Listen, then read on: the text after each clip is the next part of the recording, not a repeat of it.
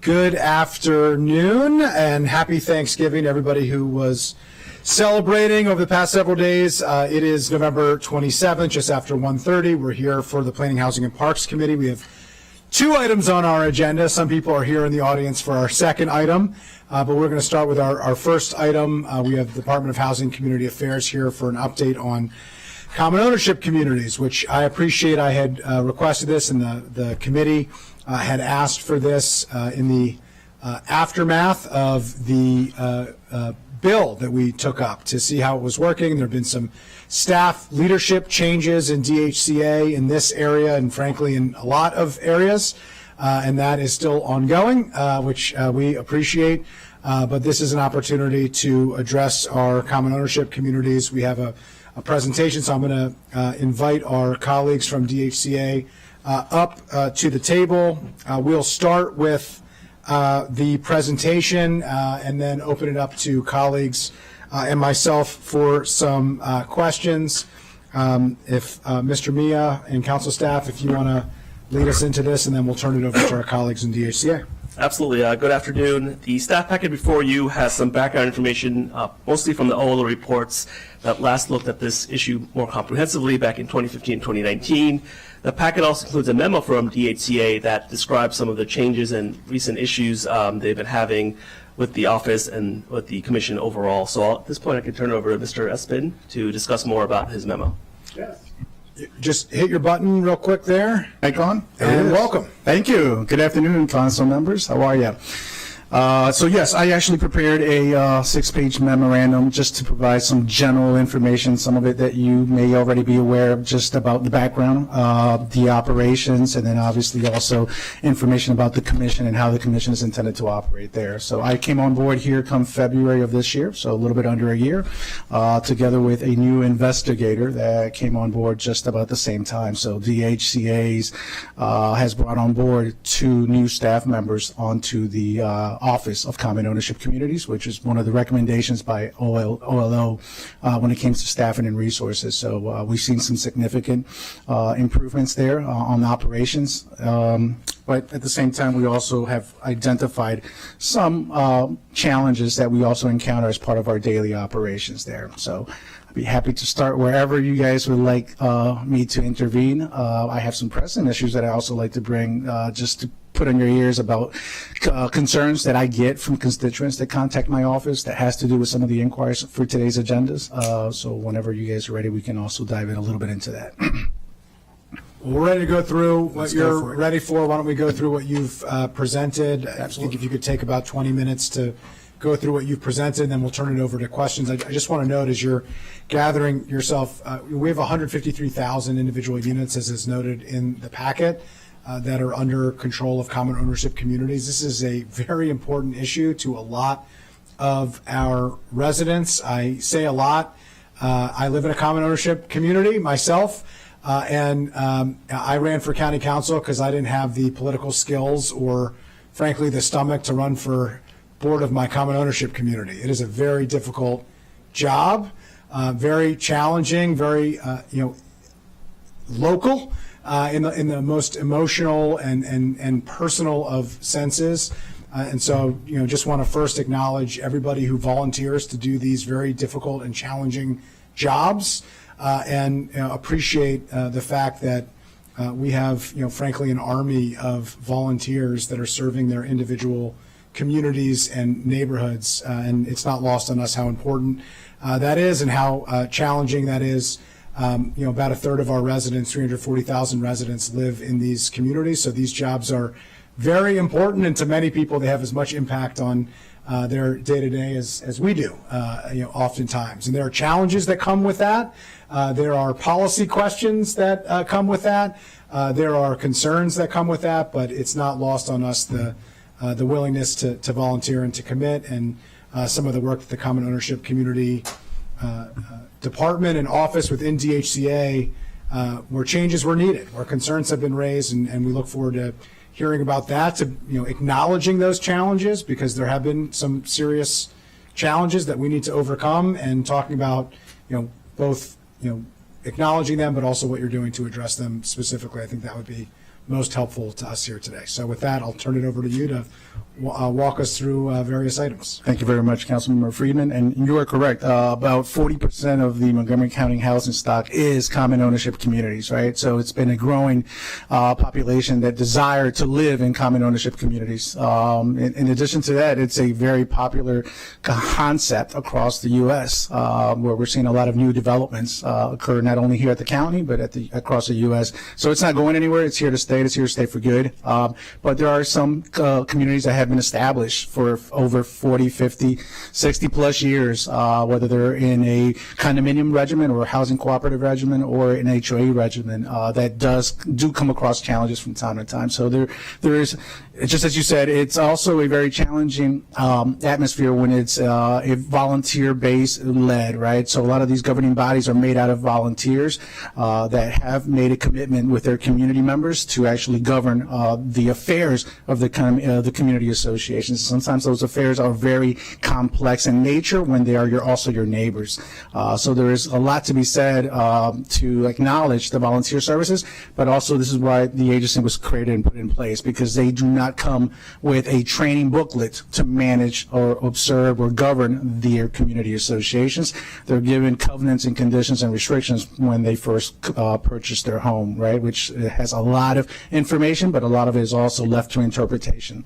Not all of the volunteers are professional real estate individuals or attorneys that know and understand the management of that, so this is where we come into play. So training is one of the things that we actually touch on quite a bit. I myself am very involved together with the commission. The commission has an education commission committee chair where we look at the current training curriculum and we revise it from time to time. We're actually in the process now of revising the current presentation. This presentation is given to the constituents that participate via a monthly webinar session. Where we get to interact with the constituents taking the course, allow them to ask questions, provide answers, provide guidance and support to training. It's a 4-hour training. It's normally on a Saturday morning or a Sunday morning from 9 a.m. to 1 p.m. So they're actually committing their personal time to take this lengthy course here. In addition to that, we also do a online computer module, which is 24/7. It's available on the website. They just have to register, and you go through a series of training videos that at the end will pose a few questions, and so long as you answer the questions correctly, you will receive your certificate of completion. In accordance to the recent bill that took place, these certificates now have an expiration date. Before it was a one and done, never took it again.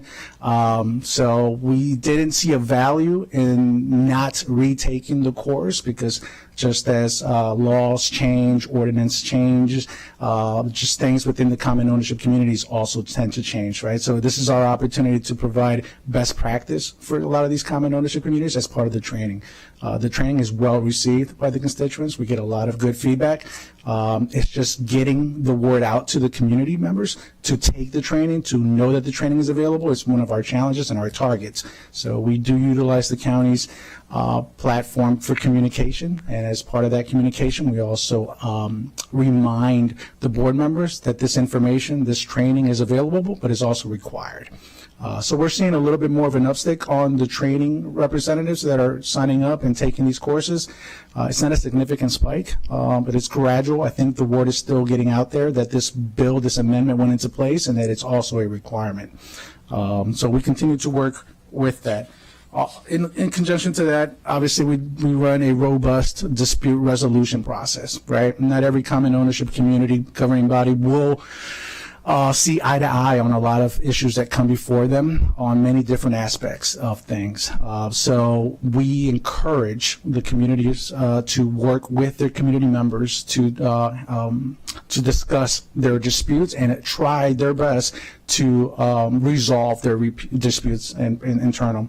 When that doesn't happen, our agency comes into play, and we allow them to introduce a formal complaint process. Through that formal complaint process, it goes anywhere from a mediation stage all the way up to as far as an administrative hearing, where a panel will rule on that particular case. I would like to state that through that process, at the initial stages, we actually see some positive outcomes, primarily at the mediation stage, where it allows the parties to come before the table, have a professional mediator there to guide them, and resolve maybe 40 to 50% of the cases that come before us. So it's a tremendous platform for them to actually resolve their disputes. The other 50% will just have to fall in line and wait for that administrative hearing date to take place and determine what that ruling is. Regardless of what the ruling is, either party may have the right or has the right to file an appeal within 30 days to take it to circuit court here. So that's really a quick summary of what our operations does from start to finish. There's a lot more in between, but just due to timing, I want to keep this at a summary here. The last part is the legislation. So as we work with the commission together with the office, we determine what in the code may need to be clarified or revised, or where it actually provides more in-depth information about a specific code requirement. For example, the code currently has some information about budgets and elections, which is also recommended on the OLO report. So there's always going to be room for that, but remember, there's also state statutes that address a lot of the same requirements. So we're always trying to identify what's happening or what is in the state statute, so that we don't have to duplicate our efforts here, but rather yet, bring it to the attention of those, whether it's at the county level or at the state legislation level, as to where those changes need to be. And the reserve requirements was one of those very key state statutes that have changed within the last few years. As you all may or may not know, the state statute now requires most, if not all, of the common ownership communities to have a professional reserve study. Well, what does that state? The professional reserve study states two things. It gives you a depth analysis of your physical assets within your community in comparison to what your financial status is, right? So it does two things. It actually gives you an eye-opening, because it tells you what infrastructure is in dire need of some significant repair, like now, and what other significant infrastructure will have a phased-out lifespan within the 5, 10, 15, 30-year mark, and what that amount should be in order for you to undergo those major capital improvements. So twofold, because as soon as they see this document, they are being told that there are some significant urgent repairs that need to take place. And when they look at their funding, they may find themselves to be either properly funded or inadequately funded. In some scenarios, they're finding themselves with lack of funding, but they still have this critical repair at hand. So that's part one. Part two of this reserve study is also telling them how much they need to contribute on an annual basis for the next 30 years in order for them to have enough adequate funding. A lot of the times what they find is that they have been either not funding into what they call the replacement reserve fund, or have been underfunding the replacement reserve fund just to keep their monthly assessments at bay or at minimum. So what we're hearing and what we're saying is that some of these associations that now have to adhere to the information provided in this professional reserve study are seeing a significant increase in their monthly assessments, pretty much playing catch up, because they either haven't been properly funding or have been inadequately funding in prior years. So it's a double impact, right? You have this huge major critical repair, which you need to find funding now, and then on top of that, you need to also increase your assessments going forward here, possibly for the next few years, to catch up to what your reserve contribution is. So it's a double financial hit to the individual homeowners, but the board members have very limited resources, because they are required to adhere to the state statute, all right? And the state statute requires them to fund in accordance to the reserve study. So we're getting a lot of the calls that's really going to create it is creating a significant financial hardship, especially for those that are on limited income. It doesn't make it affordable anymore. Some of these condominium associations already pay and close to an extraordinary amount of money when it comes to the monthly assessments that could also equate at times to a mortgage, right? A few $1,000s. So it really hits them financially, and it puts them in a position where they're in a financial burden. So there's no winning situation here. The board has a fiduciary responsibility to the common ownership communities to maintain, preserve, and endure these major capital improvements. Boards do change, right? So a lot of the times we get information from board members that they understand it, but it wasn't under their tenure, which doesn't really solve the problem. It's just they inherited this problem before them. So they have to make these difficult decisions. Some associations are looking to seek private funding. And that's also a process because some of these community associations already have financial implications due to lack of revenue because they have delinquencies. Every community association has delinquencies, some larger than others. And if you have too much, if your delinquency rate is too large, you're most likely not eligible for a private financing there. So that's just another curveball to throw at some of these communities that are already facing some challenging situations there. So there's no easy solution. They're also reaching out to us for public funding to identify if there is public funding. And by the way, some of these communities are, they're looking for millions of dollars. They're not looking for a few $100,000. They're looking for millions, maybe $1 million, maybe $2 million, maybe $3 million, maybe $5 million. It really depends on the nature of their critical repairs and critical needs.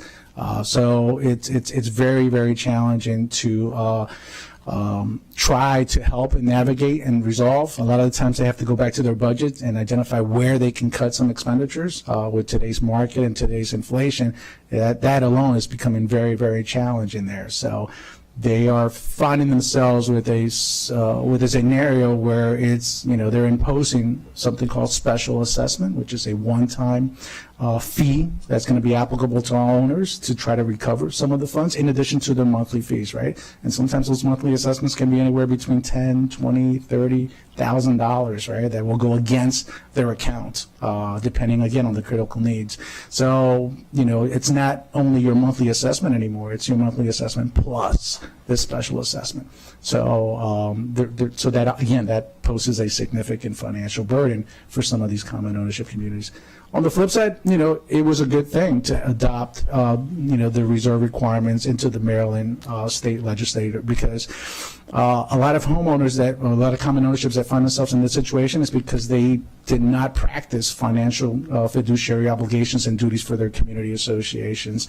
Reserve studies are not an uncommon practice or an uncommon report or study, regardless of whether it was a requirement or not. It's been in practice, and I think that most community associations that have large assets and large physical assets practice reserve study. But for those that have never done one, never received one, yes, this could definitely be a significant impact to their communities there. One of the other challenges that we overcome from time to time is the small scale community, the smaller communities. And when I say smaller, it's defined by unit count, right? So any community that's probably 50, 40 units less or less, that also does not have a professional management service, that they have a harder time finding volunteers to take on the leadership roles for their communities, right? So a lot of times we find a board member where the documents may require 3 board members, right? And it's been a board members for years. So, the calls I get from those communities is, I'm done, I can't do it anymore. No one else wants to take on. I've knocked on doors. It's a small community. I've been doing the collection of the assessments. I've been doing the disbursements of the assessments. They're wearing all the hats that it takes to operate these normal affairs of the associations, to the point where they're giving up. They're just throwing in the towel, and that leaves no leadership in place. Which creates a lot of different headaches, right? Because who is going to undertake that role? So the questions I get is, what's going to happen? Is the county going to take over it? Who's going to take over it? We can't do it anymore. And the county doesn't take over it. So you have to look at your governing documents to see what your documents state about what would happen in the event that does occur. And common ownership communities are legally established common ownerships. So the only way to move away from a legal established common ownership is to dissolve. right? And for that, you need to not only look at your community documents, but you also need to look at your state statute to determine what it takes to dissolve, because there could be physical assets there that have a value associated with it. How is that going to be dispersed? Plus, it doesn't remove the maintenance and all the other requirements that you have to do with that there.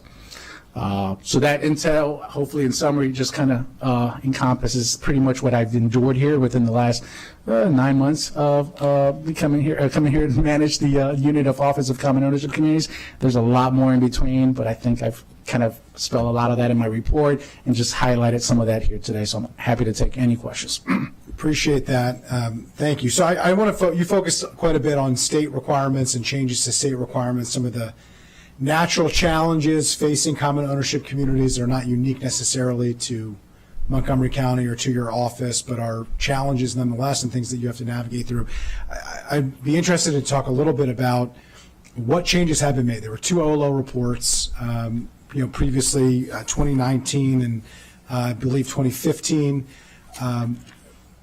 What changes has the office made as a result of those recommendations? What changes have you made since you have been in the office, now that you've had some time to assess, and also now that we have implemented the bill that the department requested that the council change? What are the changes that have been made, and how has that improved the process and the way in which you're addressing common ownership communities?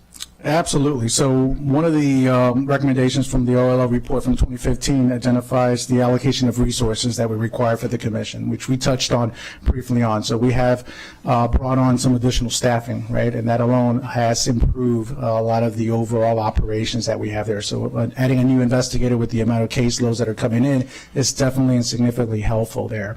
So we have taken on that role, adding a manager to oversee that unit individually, independently. Obviously, that's my role there. Gives me the opportunity to identify strengths and weaknesses within my unit there and address those strengths and weaknesses within my staffing that's there. So there's been some staffing changes, as has been mentioned here. I'm also working with DHCA with the possibility of adding additional staffing, whether that's one more person or more persons. That's to be determined based on just the capacity that we have and the workload that's before us here. But we're still able to operate in pretty much everything that I mentioned earlier on about procedural standpoints. One of the things that we also have, since I've come on board, it says here to develop an electronic case management system. So COC does have a case management system, which is how I was able to populate a lot of the data points for you guys and add it in the memorandum that's there. It's also a report that we provide the commission on a quarterly basis that have similar varied data that allows them to identify the caseload, the activities, and the status, more importantly. So that information has also been established, and definitely that improves and allows more tracking and inventory of our caseload and our case status, right? So all the cases get assigned a case number. They go into we call it the CMS, it's the case management system, and then it will populate reports as needed. So those two things have been completed there. One of the 2015 findings was also to relocate COC from Consumer Protection Services to the Department of Housing and Community Affairs. So that was done in 2017. So a lot of those three things on the OLL finding for 2015 have been addressed and have seen some significant improvement. I think DHCA is the proper place. How do you judge significant improvement? Because I think actually the number of complaints to council members has gone up since 2017, not down. When you say complaints being filed into the CCOC, well, you said since we made the change, it's seen significant improvement. I'm not, disputing the fact that it should be in DHCA. It seems to make sense that common ownership communities, which relate to housing, be in the housing department. But you said that you've seen considerable improvement, and I'm just interested to know how the department, from a metric-based standpoint, determines what significant amount of success looks like. Is there a data point that you're pointing to? Is there something that you're tracking that determines whether or not this has been a successful transition? So and I apologize, my comment on significant improvements has to do with item 1 and 2, which is the allocation of resources and the development of the case management system. That I have seen some significant improvement. So since it's moved, based on those changes that have now been implemented, not the That's correct. OLO recommendation to move from consumer protection. I cannot speak to that. I was not part of that. Okay. That's correct. No problem. I appreciate that. Absolutely. We get a lot of complaints. It sounds to me that your contention is it's been a personnel issue, both number and people, and not a process or policy issue. And so you're working through that, and maybe you're going to look at some additional resources in the budget, but that you think that it can be maintained, with new personnel currently and the changes that you've made and additional personnel potentially moving forward. I just want to confirm that because Absolutely. we do get a lot of concerns, and my office specifically, the council more broadly, and I just want to make sure that you believe that there's no policy or procedural issues that are not able to be dealt with personnel changes, either the changes that have already been implemented that you talked about, or the ones that you're discussing now internally and that may come to us in the budget moving forward. So yes, the answer to your question is yes. Okay. There definitely is. We talked about, and again, we've addressed some of the personnel challenges here, but, part of our dispute resolution also primarily includes volunteers. So this is at the commission level. Commissioners are appointed commissioners on an annual basis. But we also have a group of panel chair volunteers that are not appointed commissioners. They're just a group of panel chairs. But panel chairs make up the hearing panel. We've seen a few panels. So we've been at a position when I came on board there, we had maybe 6 or 7 panel chair members. We're down to 4 panel chair members. They're very critical to our operation as part of the administrative hearing panels, because without a panel chair stepping up, taking on cases, leading the panel, it creates significant delays on those administrative hearings. So that's one of my I've been working on this aggressively, trying to identify more volunteers, but there is a very specific criteria that must be met in order for an individual that expresses an interest to volunteer as a panel chair, in order for them to, and that's in the code, it's written in the code, right? And one of the criteria is that they have to be a trained arbitrator that is experienced in common ownership communities. There's a lot of trained arbitrators that are experienced in common ownership communities, known as community association attorneys. But the caveat is that, they cannot represent a client before the commission. So a lot of these common community association attorneys. Yeah, hard to find someone in Montgomery County who has experience, who doesn't then do the work that they need experience in on a regular basis. So that's one of the areas that I actually think we should look at, because it is in the code. I do think that it's a bit of a challenge. And there are questions that on the one hand, you want impartiality. On the other hand, you can't require a certain professional criteria that precludes, partiality. So like something's got to give there. And so finding a happier medium on that, I think is something that we should be looking into moving forward, because that does seem like an ongoing challenge that's, more policy related than it is personnel related. And I'd be, open to, hearing those thoughts from you now that you're approaching your 1-year mark. My last question, then I'm going to turn to colleagues for any questions that they have. This is about the commission itself. When the commission comes out with a ruling, with a finding, with an order, so to speak, what happens? Who's responsible for implementing the order? So when the commission rules on we call it a decision in order, that decision in order is then turned back to the parties to let them know what the outcome of the ruling is. The commission itself does not oversee that it's being implemented or that decision is being carried out. I know that. Who does? So the parties. So most of the times we are notified by one of the parties that the other party has not or is not adhering to the decision and orders. We meaning your office in yes, the they HCA. contact the HCA.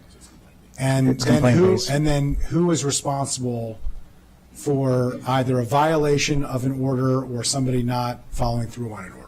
So good question. So DHCA. At that point, the commission doesn't really play an active role. We enforce. We being the Office of Common Ownership Communities enforce based on the findings, because it goes back to the investigator that was assigned to that particular case to investigate whether they are or they're not adhering to the decision and order before we take the next step. And the next step would really be to, issue citations.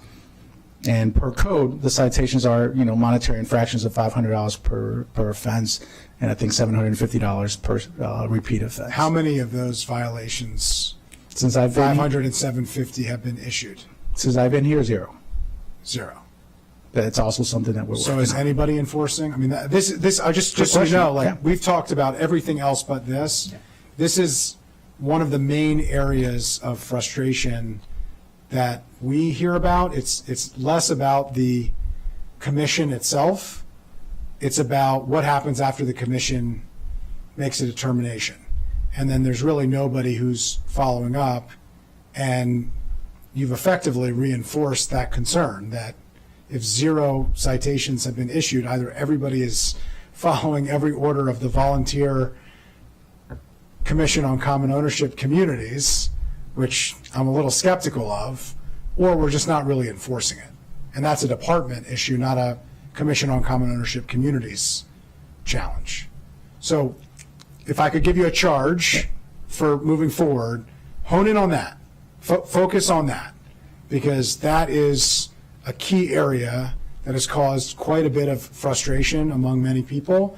And I think it's undermined the Commission on Common Ownership Communities at a high level of, if we're going to respect the decision that's being made, we have to have some feeling, some proof that it's going to be carried out, that someone's going to enforce it.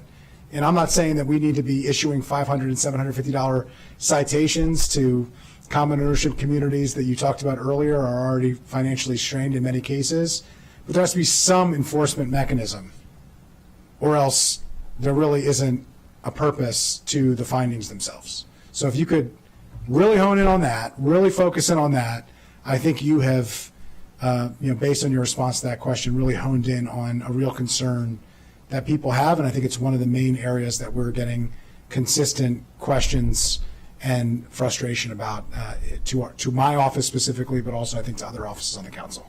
Let me turn to colleagues. Councilmember Jawando. Appreciate that, and thank you for the presentation and the work. Sorry. That's all right. You okay? All right. So on that point, I'm looking at your FAQs on the website. What power does the CCOC have? They have the active administrative agency with powers of a court. When hearing a dispute, the decisions of the commission's hearing panels have the force of law. They are legally binding on the parties, not mere recommendations, all consistent with what you said.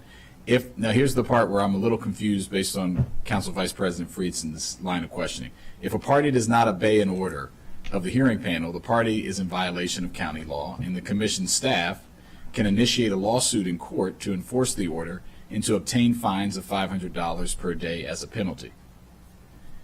Not really consistent with what I heard you say. I want to understand I know none have happened since you've been there, so you haven't gone through the process.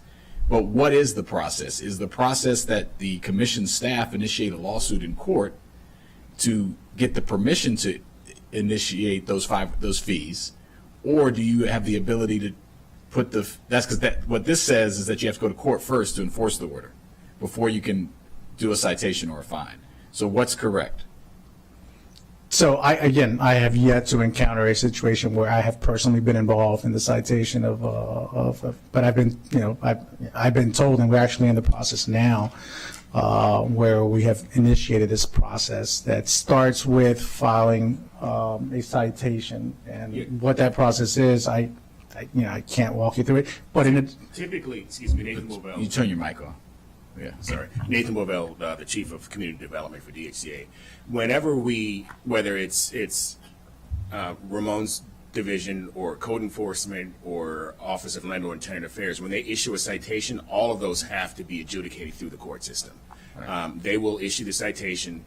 Right now, it's taking probably a minimum of 6 months for those to go to court when they're issued. Yeah, we've talked about this on the other side of the house. But it's the same process, even though he hasn't issued any. Folks violating code enforcement. So it's the same process. It's the same process. Okay. So you issue the citation, it goes to court immediately before anyone has to pay. There's a 6 month plus delay on that. But in this case, unlike code enforcement, we just haven't issued any. Correct. Okay. Got it. Okay.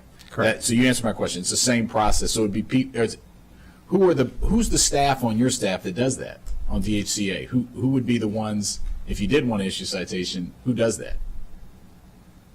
Yeah, our Your investigators. investigators would do it. So they know the process. Presumably. They do presume, Okay. yes. I'm underscoring this because I think this is a huge issue. I agree. That we, I don't mention it that much, but I'm in an HOA, right? Like people want to know if they win, they want to know that they can go to an impartial body and get a ruling, and then they want to know that it's going to be followed up on, right? And that there will be some sort of action after. And I think that's why we got to really, tighten up this part so that they know that will happen, right? And so I just wanted to underscore that. So I know you've heard that. We get your commitment that you guys will move forward with that. Absolutely. The other question I want to ask just quickly is the training component, because that's something else that we've heard about. Is like we want to know that the people involved in making decisions are at the COC level or have had training. Do you have any data or stats on how that's been going, and how many members has that gone up? Have you had more training in place for members of COCs? Do you have any stats on that? Don't recall if I added here. Okay, so yeah, it's on page 4, right? So page 4 gives you pretty much year-end data points there, telling you pretty much what you touched on earlier about the amount of COCs that are registered, and then how many have actually completed the required board training. So if you can see on the second bullet point there, 815 individuals that successfully completed the required board training for fiscal year 23. And that's out of what's the total of the total COCs is 1,188, which out of each one of those, a board can be made out of one member up to 9 So we don't know. members. Right, okay. So it's going to be 800 individuals. 800 individuals Okay. have completed the training there. Is that an improvement? In comparison to prior years, it's about the average that we're seeing That's what I per thought. year. It was about Right the under same. 1,000 is about the average. Okay, so we got some work that we could do Absolutely. to increase that. Absolutely. Okay, well, those are the only 2 questions I have now. But obviously, this is important. You have a lot of work to do. It's hard work. We appreciate what you're doing, but this is something we just have to keep monitoring. So Absolutely. I Thank you. appreciate Yeah. it. Thank you. Thank you, Mr. Chair. Okay, unless there are any other comments or questions, I think you've hit the nail on the head here of one of the major concerns and questions. I think that's where I'd like to see real improvement in understanding that process. I think the code change is something that you ought to think about and make some recommendations to us. I think you're going to continue to have challenge. I don't care how good you are, and we appreciate all the work that you've done, but the standards are very difficult. Your recruiting pool is limited for someone to volunteer where they have to either give up work or not do work. So either they're not as experienced as we would want, or they're giving up the experience and the career that they have dedicated their professional lives to, neither of which seems particularly sustainable. So I just think that's an important area to focus on. But absolutely, there needs to be faith in the process, and that includes when there is a decision that somebody is enforcing that decision, or else it's reasonable to assume that many people are not going to take very seriously the decision and to follow it with fidelity. So with that, thank you for your work. There's more work to do, clearly, but appreciate the ongoing efforts and look forward to following up as we move forward. So, Thank you very much. Thank you for the opportunity. thank you. Okay, we are going to transition here to the next item on our agenda, which is a conversation following up on Little Falls Parkway and the realignment. This is a conversation that follows up on the discussion that we had during the budget. And this, in many ways, is an unprecedented conversation. We normally wouldn't be here for this type of conversation, but there were concerns that were raised during the budget process that colleagues 10 to 1 had included budget language that required the Parks Department to come back to the council to discuss any realignment of Little Falls Parkway. And there was also discussion on the proposed linear park, which no longer is part of the proposal. We are here because there was concern about the process and level of public engagement that had occurred. I'm pleased by the fact that we are here. We are having this conversation. I appreciate council staff for all the work that they have done to allow for additional public input, which we created an entirely new process to allow council members and colleagues on this committee to be able to streamline the way in which residents could weigh in a way that we could keep track of. There have been a lot of residents who have weighed in on this, and I think it's important that each of them be heard. And as part of this packet, included is a great deal of some of that public input as well, in addition to feedback that we've received from the Parks Department, from the Fire Rescue Services, and a number of other key stakeholders. So I have lots to say on this. I will have lots of questions that I will ask, but I think unless there are introductory comments from colleagues, turning it over briefly to council staff if there are any introductory remarks, and then turning it over to the Park and Planning Commission and the Parks Department for their presentation before we turn it over to colleagues for questions. So let me first start with council staff. Thank you all. I'll keep my opening remarks brief, as I think Parks has a really well fleshed out presentation, and I want to allow as much time for that as possible. Happy to comment where you all would like throughout the conversation, but just to open up here and frame the conversation a little bit. There's obviously a long history with Little Falls Parkway that the Parks presentation will get into.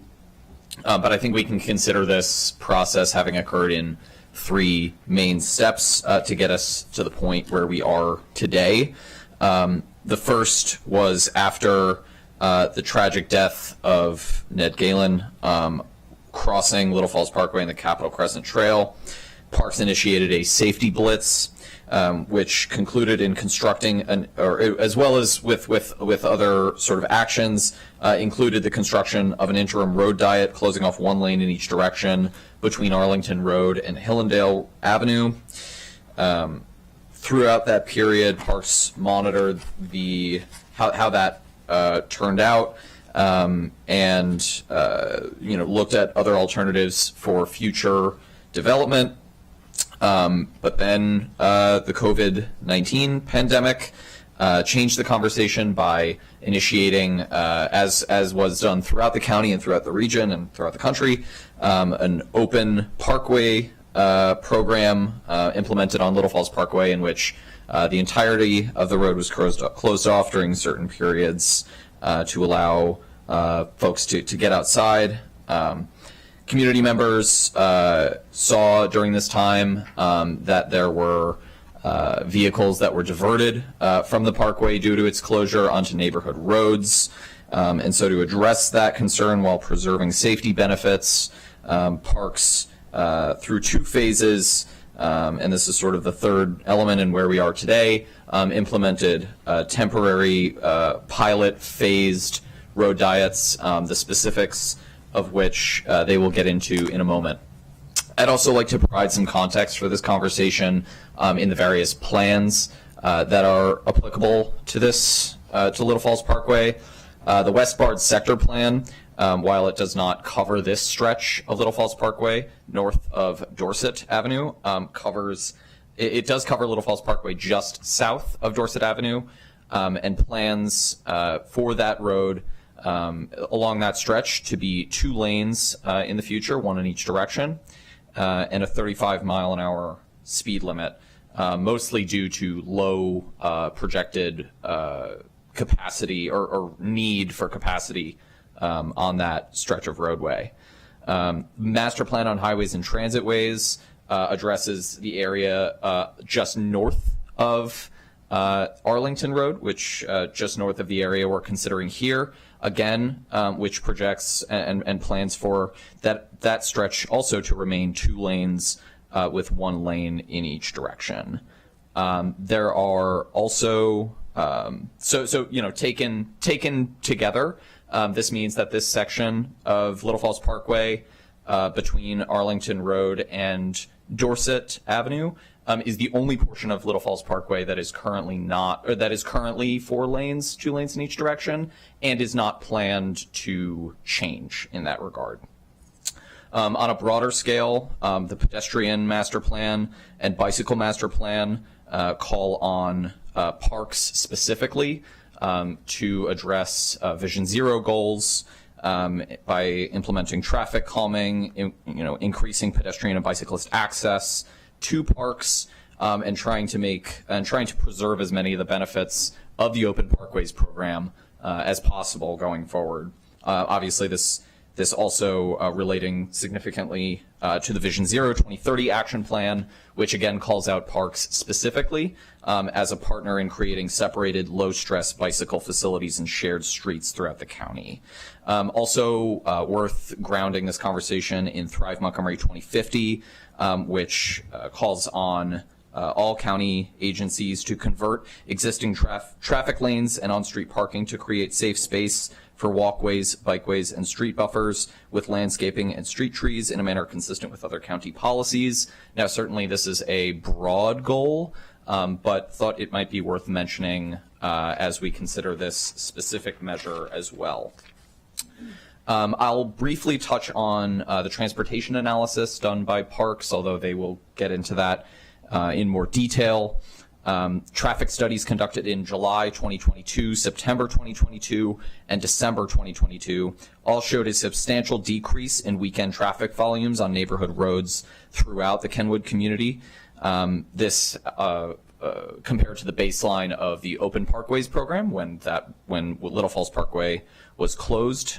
So this indicates that the pilot projects have done a good job of alleviating the throughput on other neighborhood roads that was caused by the Open Parkways program. The traffic analysis also shows that traffic volumes on Little Falls Parkway in general and surrounding state highways like River Road and Wisconsin Ave have all been steadily decreasing since 2001. This all to say, as well as some of the other measures, that this is not a particularly highly trafficked roadway, as at least compared to some other roadways throughout the county that are seeing increased demand and increased capacity constraints as we go forward. I think that is all I have. Oh, well, actually, apologies. I want to go through some numbers on the feedback that was received. Between the WUFU form online and through the correspondence sent directly to council staff, the council heard from just shy of 2,500 residents. We received an outpouring of feedback on Little Falls Parkway, opinions that straddled many different takes on what should be done about Little Falls Parkway. However, you can sort of boil them down into 4 main categories of opinion, all of which received substantial support from the public. Sorry.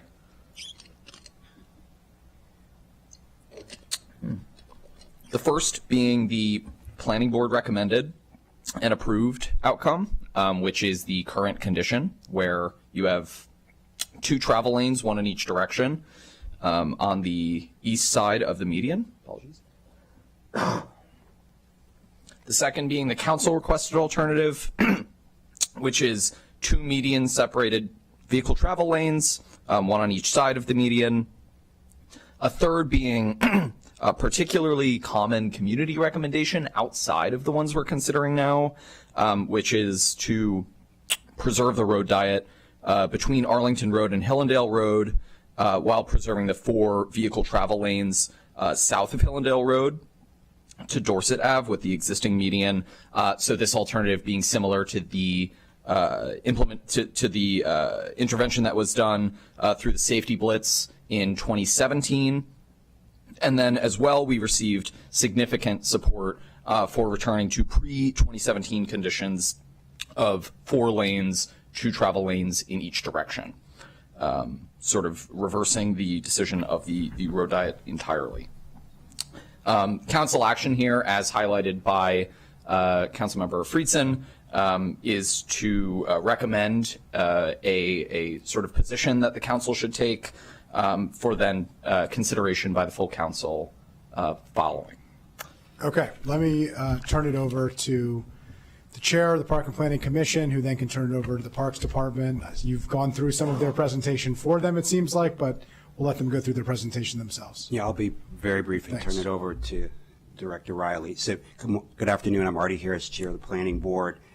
We're just delighted to be here with you today. And our goal, our goal is to work with you to move forward a decision on road and traffic safety improvements along Little Falls Parkway. So Mike Riley and his team will present, and we're delighted to be with you today. Thank you. Good afternoon, Chair Friedson and members of the Planning, Housing, and Parks Commission. I'm Mike Riley, Director of the Parks Department.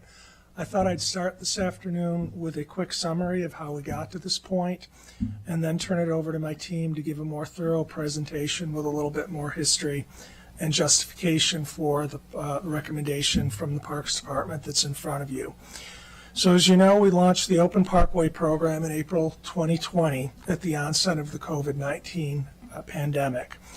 At a time people were being encouraged to exercise outdoors and the use of our hiker-biker trails exploded, we opened 7 miles of our park roads on the weekends to pedestrians and cyclists.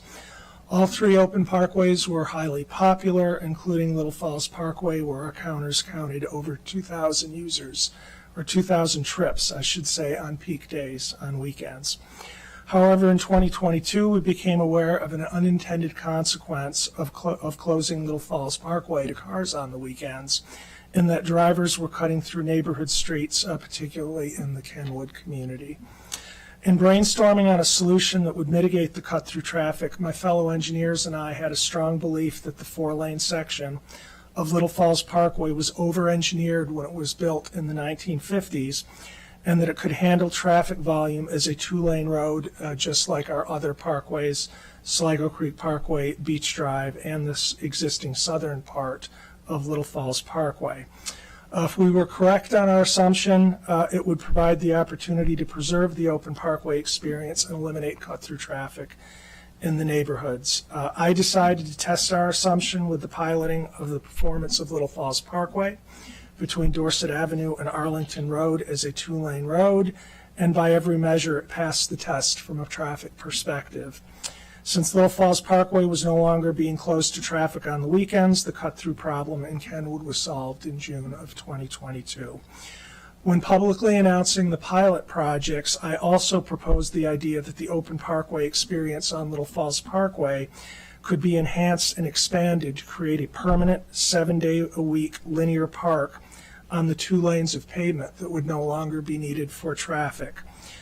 Public response to the linear park idea was generally negative, with responses questioning the need for the park, pointing the need to invest in other existing parks in the area, to invest in future parks recommended in the Bethesda Downtown Plan, and in other community parks around the county. Due to this feedback, I'm no longer proposing a linear park concept, but rather proposing to repurpose the unneeded pavement to open parkland, including a mixed-use trail, which can be achieved with existing resources at a moderate cost within the park's current CIP. In conclusion, the pilot proved that Little Falls Parkway can handle current and future traffic as a 2-lane parkway, similar to our other parkways. And as a 2-lane road versus a 4-lane road, Little Falls Parkway is inherently safer for motorists, cyclists, and pedestrians, and advances the county's Vision Zero goals for reasons that will be detailed in the presentation. And with that, I'll turn it over to the staff to go through the slides. Hello, this is Kyle Lucas. I'm a trail planner for Parks. Looking forward to getting started here. Good afternoon. My name is Andrew Tsai, and I'm the engineer with Montgomery Parks. So to start, we've got a map showing the entirety of Little Falls Parkway with the pilot area in red. We've got some text highlighting kind of why we're here today from the May 8th council motion, which dictated us to come for council review before we move forward on this. We also developed an alternate road diet configuration at the council's request, and here we are today. Next slide, please. So Little Falls Parkway, I'm going to kind of just cover some kind of history from 2016 till today, 2020. We've already gotten a little bit of that, but I'll add a little bit more. So the existing condition prior to the cyclist fatality was a 4-lane road configuration with a grass median, as you can see both in the cross-section and in the image here.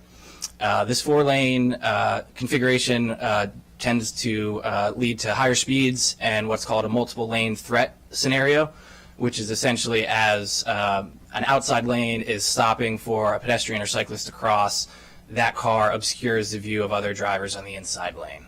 Next slide. In October of 2016, Ned Galen was killed at the Little Falls crossing. And in response to that, there was a safety blitz which included education, enforcement, and engineering solutions. The engineering solution was an interim road diet, which included closing off 1 lane in each direction between Arlington Road and Hillendale Ave. The interim road diet significantly reduced crashes and has been found to reduce vehicular speeds as well as conflicts. Next slide.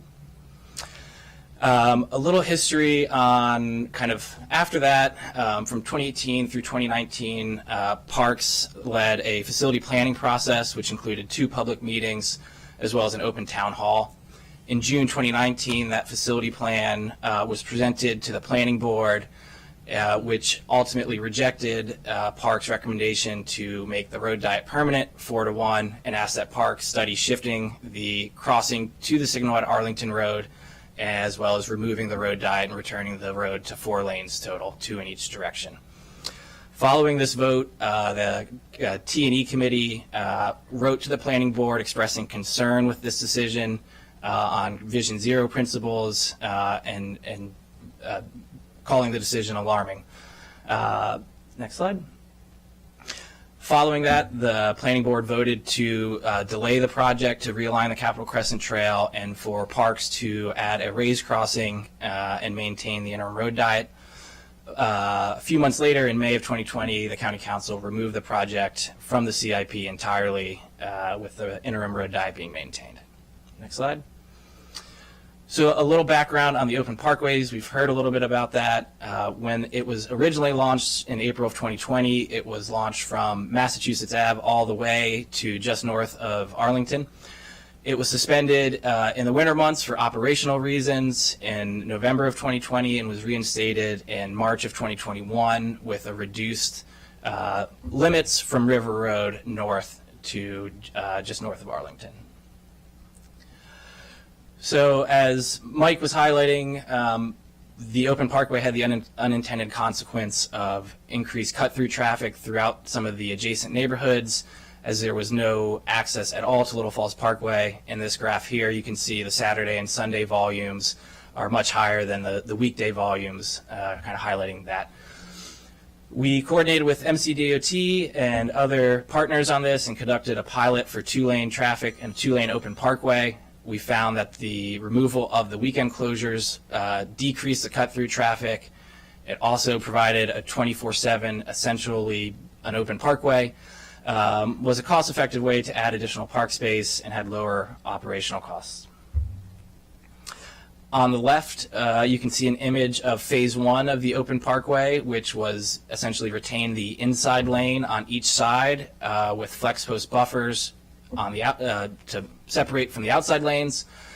We did not advertise or encourage pedestrians or cyclists to use this outside lane, as the flex post buffers we did not feel were sufficient. In October of 2022, after we confirmed that phase 1 was functioning as intended, we moved to phase 2, which shifted all the traffic to the east side and maintained essentially a 24/7 open parkway experience, which is the current condition. Next slide. Throughout this process, we have conducted traffic studies, traffic counts, and continued to monitor. We found, as I said, that with this configuration, the residential cut-through traffic has been eliminated, even with major road closures such as Ridgefield Road.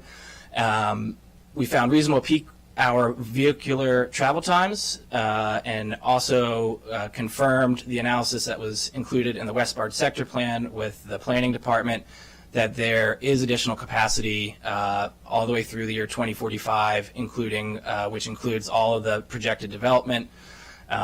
We also found that the current configuration meets fire and rescue and park police access and operational requirements, in part because it's similar to our other our other parkways on Beach Drive and Sligo Creek Parkway. And finally, we found that it maintained recreational usage on the closed lanes in comparison to the Phase 1 configuration. To highlight some of the public input received by the Planning Board Chair as well as by the Parks Department directly, following a public meeting we hosted in February of last year, we set up a dedicated email address for people to submit written testimony. I took the time to map all of the comments that were submitted that included an address. This was about 80% of those. And we found about 230 people in favor of the project and about 155 against it. It's interesting to look at how the distribution of the proponents and opponents kind of varies in the map on the right. In addition to the public input that we received directly, there's also been considerable public input through online surveys and petitions showing several thousand people both in favor and against the interim road diet. Next slide. Thank you, Kyle. Safety has been at the forefront of everything we've done along this location since 2016, so we're very happy to present these stats to you here. The chart on the left shows the total number of crashes between Arlington Road and Hillendale Road, and the chart on the right shows the actual crashes at the Capitol Crescent Trail crossing itself. The dashed blue line you see between 2016 and 2017 is when we implemented the interim road diet following the tragic fatality at the crossing. The number of crashes, both between Arlington Road and Hillendale Road, as well as at the crossing, has been tremendously reduced. The crossing has been made significantly safer by the interim road diet. We have 2023 year to date from 2020, 0 total crashes at the crossing, compared to 6 in 2016 alone before any improvements were made at the crossing location. And not only that, because of the reduced vehicle speeds in this segment, the overall number of vehicle-on-vehicle crashes between Arlington Road and Hillendale Road has also drastically been reduced, with so far in 2023 a total of 0. Next slide, please. We also conducted a speed study along most of Little Falls Parkway, and I'm going to summarize the results. So at the Capitol Crescent Trail itself, where it's a 2-lane configuration with a speed table raised crosswalk crossing, average speeds were 18 miles an hour. Between Hillendale Road and Dorset Avenue, which is also a 2-lane road, average speeds were 33 miles per hour, with 5% of traffic exceeding 40 miles per hour. And south of Dorset Avenue to River Road, where it is currently a 4-lane configuration, 2 lanes on each side separated by a median, 36 miles per hour, with 23% of cars exceeding 40 and several clocked over 65 miles per hour. The entrance to the Washington Episcopal School is located in this segment, so it is a school zone. And this demonstrates that to slow speeds down and to meet our Vision Zero goals, we've really found that one of the most effective ways to do that is just to physically reconfigure a road just to make it more difficult for cars to maintain an excessive speed. So our conclusion, both by the crash stats we've done that we've collected since 2016, as well as the most recent speed studies, does show that a 2-lane road configuration with more narrow drive lanes as well as traffic calming just really significantly makes the road safer. And by reducing vehicle speeds, we can significantly enhance chances of survival if a crash does occur in a worst-case scenario, with a vehicle on pedestrian collision at 20 miles per hour having a 95% chance of survival for the pedestrian, but at 40 miles per hour, which is almost the average speed on the four-lane segment, a pedestrian only has a 15% chance of a survival at that rate of speed. Next slide, please. In April 2023, following several public meetings and a comprehensive public input process, we had a Parks community meeting that was attended by approximately 200 people online. This was followed by a planning board public hearing where around 50 people provided public testimony well into almost 9 o'clock at night. The planning board voted 4-0-1, one abstention, to approve a permanent two-lane configuration between Arlington Road and Dorset Avenue. The planning board also made additional improvements, recommendations, including a median, a refuge at the Capitol Crescent Trail crossing itself, and additional turn bay lanes to help smooth traffic flow along the right and left turn areas. The planning board did not make any recommendation on how to reappropriate the unused travel lanes. As Director Riley mentioned, Parks is no longer proposing a linear park. Both the board-approved configuration and the council-requested alternate option, which I'll go over in a few slides, we're going to be proposing to remove the unused pavement to create a separated shared-use path connection along the parkway. Next slide, please. This is the planning board-approved configuration cross-section. Along the right side there at the bottom, you can see the 10-foot southbound and then the 10-foot northbound lane directly next to each other, separated by a 3-foot median or a 2-foot median, depending on the exact location you are on the parkway.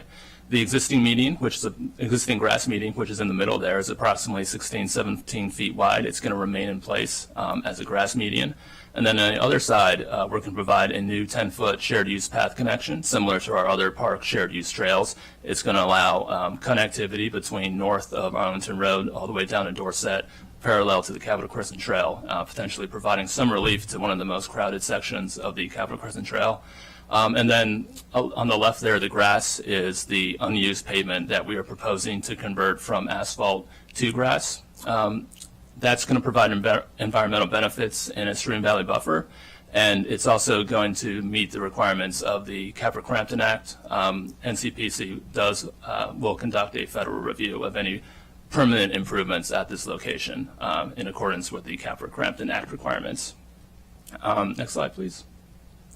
This is the plan view. On the bottom right at that exhibit, you can see a call out for the new raised grass median with the refuge in between in the middle of the Capitol Crescent Trail crossing. The areas shown in the solid green are existing impervious areas that we are proposing to convert over to grass. The new shared use path there is running alongside the bottom in pink. And you can also see some areas of the new median that was recommended by the planning board that are also incorporated in this option. The exhibit on the left, at the bottom left, at the intersection of Arlington Road and Little Falls Parkway, we're also proposing some Vision Zero-based improvements there to increase the efficiency of that intersection. And you can also see the additional green hatching for removal of impervious areas there as well. Next slide, please. This is the segment that's south of Hillendale Road to Dorset Avenue. It's very similar to the adjacent segment where the areas shown in green are going to be converted over to grass, and then a new shared use path in pink is going to provide connectivity down to Dorset Avenue. One thing that we do note is there is an existing traffic rated concrete bridge along the southbound span and the northbound span. The northbound span was replaced a few years ago, but the southbound span is in only fair condition and will likely need to be replaced in the next few years. The benefit of the planning board approved configuration is that the southbound span could be replaced with a less expensive trail rated bridge compared to a more expensive vehicle rated bridge. This option here has also been reviewed by the Montgomery County Fire Marshal as well as FRS and the Park Police. And all three agencies have expressed a preference for this configuration. Of note, when we met with them, they told us that they like this option because it mimics the existing configuration on Beach Drive as well as Sligo Creek Parkway near Holy Cross, and they felt that they had no issues with emergency response along those segments. Next slide, please. The Montgomery County Council requested that we develop an alternate option. The design factors between both options are exactly the same. The one exception is the alternate option. We are maintaining the existing grass median and then one travel lane on each side of the median. And next slide, please. We'll show you what that looks like. So the 12-foot northbound travel lane is on the right. The existing grass median there is in the middle. And then the 12-foot southbound travel lane, as well as our new 10-foot shared use path. So in both options, we're proposing to provide a shared use path connection. With the council requested alternate option, because of the separation between the drive lane and the path, we're going to just make sure we implement some type of safe trail barrier there to make sure that trail users have adequate protection from adjacent traffic. Montgomery County FRS and the Fire Marshal did review this configuration, but it was not preferred because of additional requirements that would be additional operational bays that would need to be installed in order to make it meet prescriptive fire code, which I'll show you on the next couple slides. But first, here at the crossing, you can see the existing cross section is maintained at the crossing. The existing median is in place. The southbound lane, half of it is taken up for the new shared use path connection, and you can see the barrier separation as well. There are also areas that are slated to be removed and converted over to pervious area. Once again, similar to the planning board approved configuration. Next slide. The operational bays that you can see in the shoulder, there are two of them shown on this sketch south of Hillendale Road to Dorset Avenue.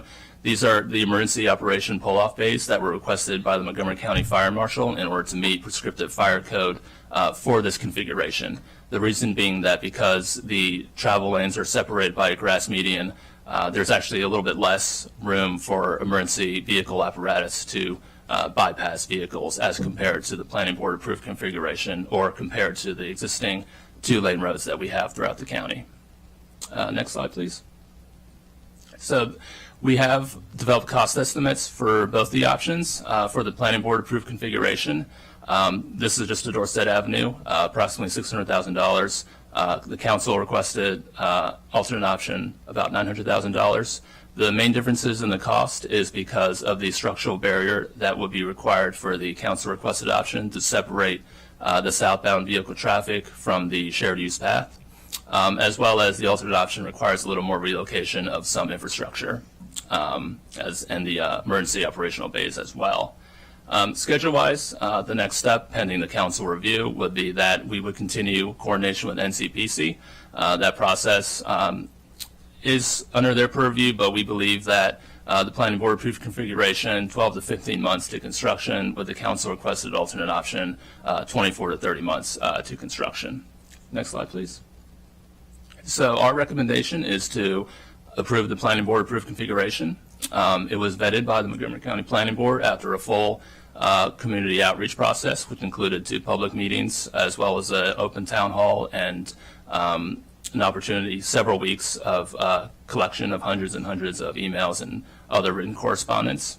It builds on the current pilot interim condition, which, as the crash stats and the other data that we've presented to you, has just really made the crossing and that stretch of Little Falls Parkway just a lot safer. It's reduced vehicle speeds, it's reduced conflicts. The fact that we've had 0 crashes there for 4 straight years is compared to 6 in the year previous to implementation of any improvements. From our Vision Zero engineering perspective, we're just very happy about. It allows for repurposing of the closed-off drive lanes to provide safe trail connectivity along that stretch of Little Falls Parkway. And it can be done with minimal rework of the existing area and without a significant trail barrier or any type of infrastructure. It's preferred by Montgomery County Fire Rescue, the Fire Marshal, as well as Park Police. And it also allows for future replacement of the southbound bridge with the less expensive bridge, so there will be some savings there when that bridge is slated for replacement as well. And I think we'd be happy to take your questions or answer any questions now too as well. Well, thank you for that presentation. Appreciate it. I'll open it up with a few questions and comments, and I'll open it up to colleagues, and we can begin a discussion. First of all, I am very pleased that there is consensus about the trail crossing and it being much safer today. That is a new dynamic.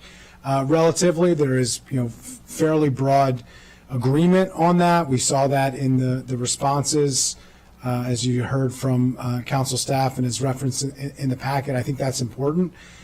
That is the key safety area here. That was the reason for all of the prior changes previously. That is the location where there was a fatal crash, and that is the major conflict point. So I want to note that I think there is a level of consensus that has not been the case always, that is the case today, and I think we should note and acknowledge that. I'll also note that in the prior conversation that we had at the council, that the vote during the budget, that was 10-1. I'm sure colleagues will speak to that here in a moment.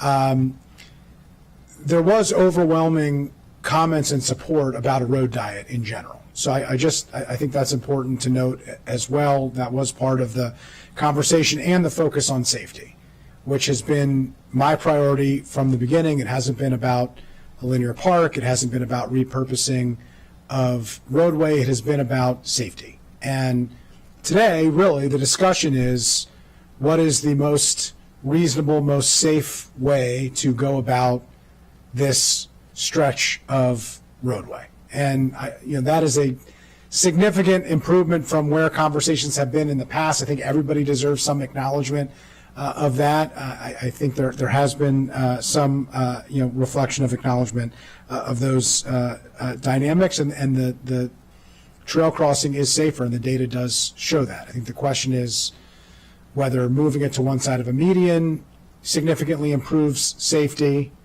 and whether or not the extra stretch of roadway, the additional super block, so to speak, beyond the trail crossing, whether that is a major safety concern.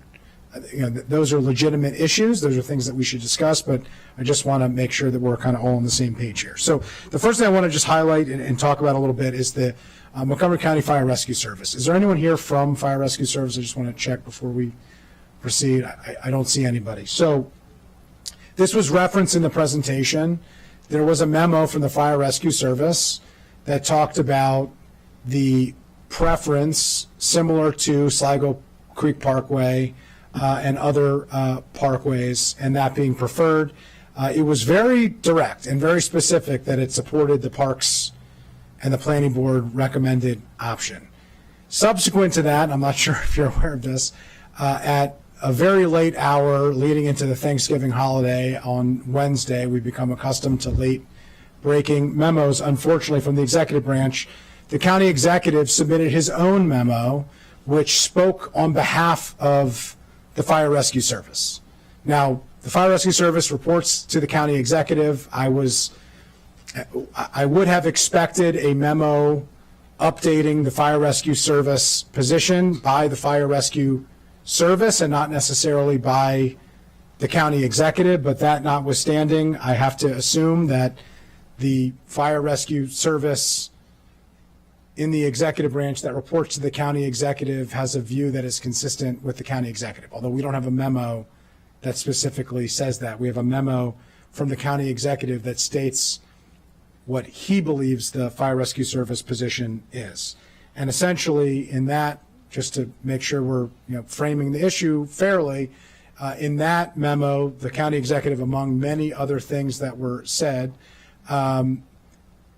indicates that the Fire Rescue Service does not see an operational difference between the two in terms of response times, that based on new data and new information. There are some questions that I think we could ask about how that came to be. There is an indication that the Fire Rescue Service has run new models. I don't think we have seen those new models. My first question is, has Parks seen any new models that have been run? Has council staff seen any new models that have been run? It's okay. So there are new models that have been run. We have not seen them. The county executive has spoken on behalf of the Fire Rescue Service, but that is a change, or at least a update to what was previously presented. I say this to note that I don't think the presentation was inaccurate when the presentation was completed. The Fire Rescue Service did make a very clear indication of what their preference was. I asked for some clarification on that, and the net result was not a clarification from the Fire Rescue Service, but a memo from the county executive. So we may at some point get something specifically from the Fire Rescue Service, but that is an update there. One of the concerns that we have heard are apparatus going through the neighborhoods. Is there any indication based on what Parks has looked at in terms of your traffic models of fewer apparatuses on Little Falls Parkway and apparatuses going through the neighborhoods? We've met with both FRS and the fire marshal a couple times, and during our discussions, they didn't express any concerns with apparatus bypassing Little Falls Parkway in order to utilize the neighborhoods. They told us that they were still using Little Falls Parkway as they do with our other park roads as well. Yeah, I think it's less their concern than community concerns. There are big trucks going through relatively small streets, so I think the concern is whether or not it's, they're not concerned about going through a neighborhood, but whether or not they do. But perhaps we can follow up with Fire Rescue Service on that issue. In terms of the additional stretch of roadway, which is between Hillendale and Dorset, has that been reviewed and gone through the planning department's very significant predictive analysis for pedestrian level of comfort?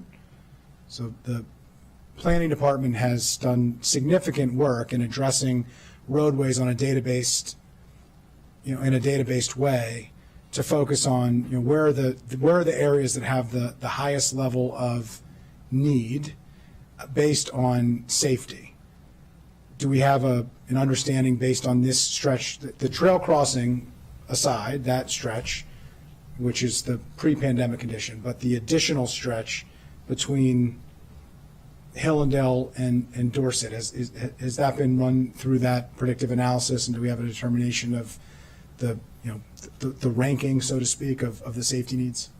Yeah, so there's two different models that I'm aware of, and one is the Vision Zero sort of predictive analysis model that's run by planning, and we also work with planning to perform a forecast growth to 2045 analysis. So that model is the one that is discussed in more detail in our planning board reports, but for that model itself, we found that based on existing data as well as all known development that's slated to occur from now until 2045, in the adjacent area, including West Bard, including development in Bethesda, we were able to, that model in effect takes that data and then spits out a growth estimate.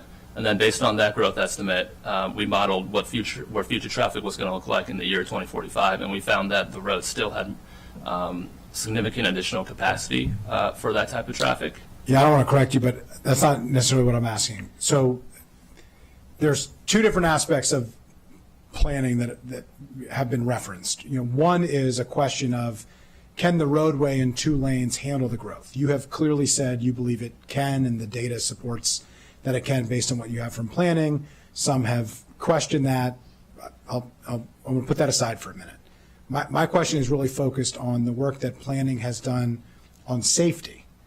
And planning has a predictive analysis where we look at the county and determine where are the needs so that we can have a data-focused approach to where the most acute safety needs are in the county. And I'm just wondering if this stretch has been run through that model and where it ranks. Yeah, so I don't know if this segment of Little Falls is made it into the top 200 locations or the top locations as in the predictive safety model. But I think if you were to look at a predictive safety model approach, you would know that the more lanes there are, the wider the lanes there are, the more of a problem there is. So while it may not be included in the predictive safety model, I think if you were to use that kind of methodology, you would look at the kind of 4-lane configuration versus this 2-lane configuration, and it'd be easy to deduce that this would be a safer option. No, I understand that, and I have been as much of an advocate for safety issues and Vision Zero advocacy as anybody. But to say that if we use the methodology, we don't actually have to run the models is not really a good way to run a rodeo. I mean, the whole point of having the predictive analysis and the model is to run things through it. and make a determination and rank where the needs are. So the answer is we haven't really run through that. My name's Andy Frank. I head up the Park Development Division. No, we specifically, since in the interim period, we have not requested the Planning Department to run that specific model. However, we have conducted speed studies of that area specifically. And We saw that in the presentation. So we We haven't did, run through and the model, but you've run the speed studies Yes, as and part it's- of your and traffic it is- analysis. Right, and it was very demonstrably determined through the speed studies that wherever there was 4-lane traffic, there were excessive speeds to a level that was dangerous. And as you know, the bikes are allowed to use the full width of our parkways, so we would expect that interconnection between vehicular users and bicyclists in those areas. So the Vision Zero concern to us remains the same. It's not the perpendicular crossing at the Capitol Crescent Trail, but we are still very concerned with vehicular travel speeds through between Hillendale and Dorset. There has been at the trail crossing now, there are plastic bollards that have been up. There have been 0 collisions since that has been implemented. Were you concerned when you implemented that was going to cause significant conflict between other users and cars, none of which have come to fruition? You mean specifically between the plastic bollards and versus when? No, in the point that you current- just made, Yeah. that I take to heart, but the point that you just made is because a cyclist or a pedestrian can use the entirety of a roadway, having a car adjacent to, directly abutting a lane of traffic is inherently dangerous. I At don't the want to higher paraphrase speed. it. At the higher speed. So my point is, you spent a good portion of the presentation talking about the demonstrable success in terms of safety of the trail crossing condition. The pre-2020, post-2017 condition. After Ned Galen died, there was a temporary that has become an indefinite condition. It places vulnerable road users, pedestrians and cyclists, in the type of conflict that you described that you're nervous about. I'm just trying to understand how I can square. So that. we did an interim road diet on an interim basis using flex posts in 2017. And we did a lot of work during that period on education. The flex posts themselves, which is similar to the Phase 1 pilot program. It did, having the closed lanes with the open, next to the open lanes with the flex posts, did still, there was a retaining level of confusion and concern. For instance, when we had the Phase 1 pilot program, we were not able to have support an open parkways activity in that frame. Since for the last year, since November of of 2022, we have had both lanes going over a raised crosswalk as opposing lanes, and the pedestrian traffic has been separated from that. And we have found, as the data shows, that in the updated interim condition, not the 2017, but the 2019, where the planning board asked us to incorporate a Vision Zero raised crosswalk, we found that to be the most safe condition. And that's what we've experienced through the Phase 2 pilot program. And we believe that the current condition is the safest that road has been since the Capitol Crescent Trail opened.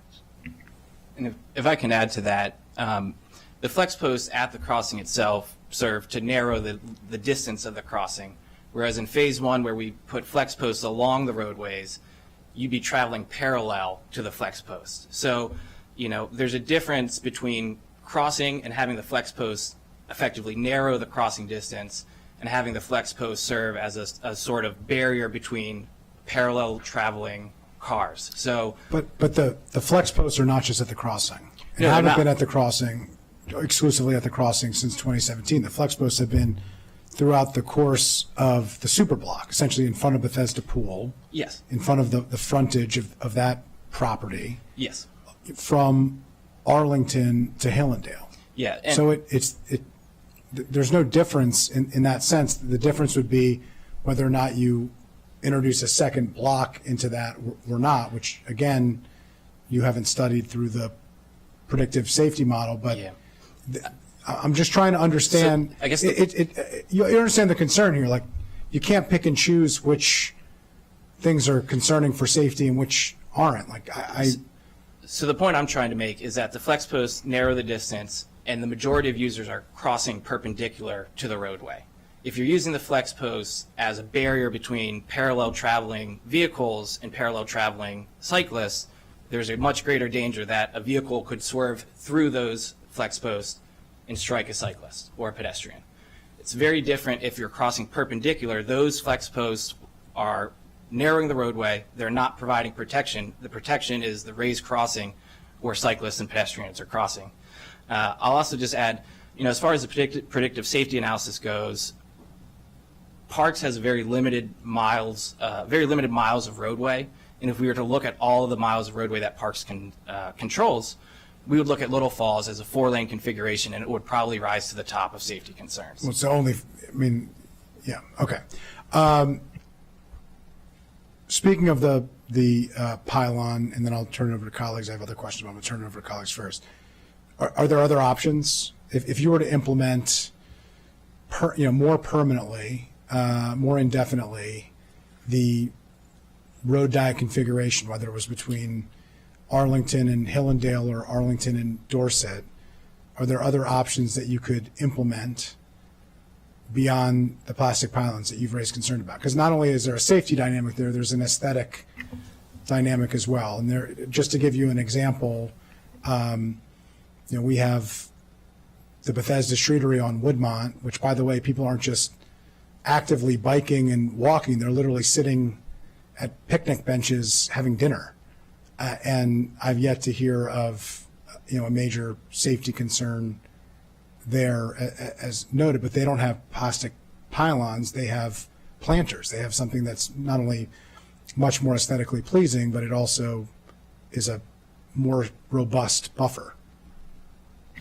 Yeah, I mean, the benefit of the flex posts is you can get them out there super quick. The downside of the flex posts is functionally they don't really offer much protection if somebody were to veer through those flex posts. So whether it be, a guardrail or a timber guardrail, pavement removal and adding curb, there's a lot we could do to make the interim road diet permanent that would have, major safety benefits as far as protection goes for pedestrians and cyclists. What about something even cheaper than that?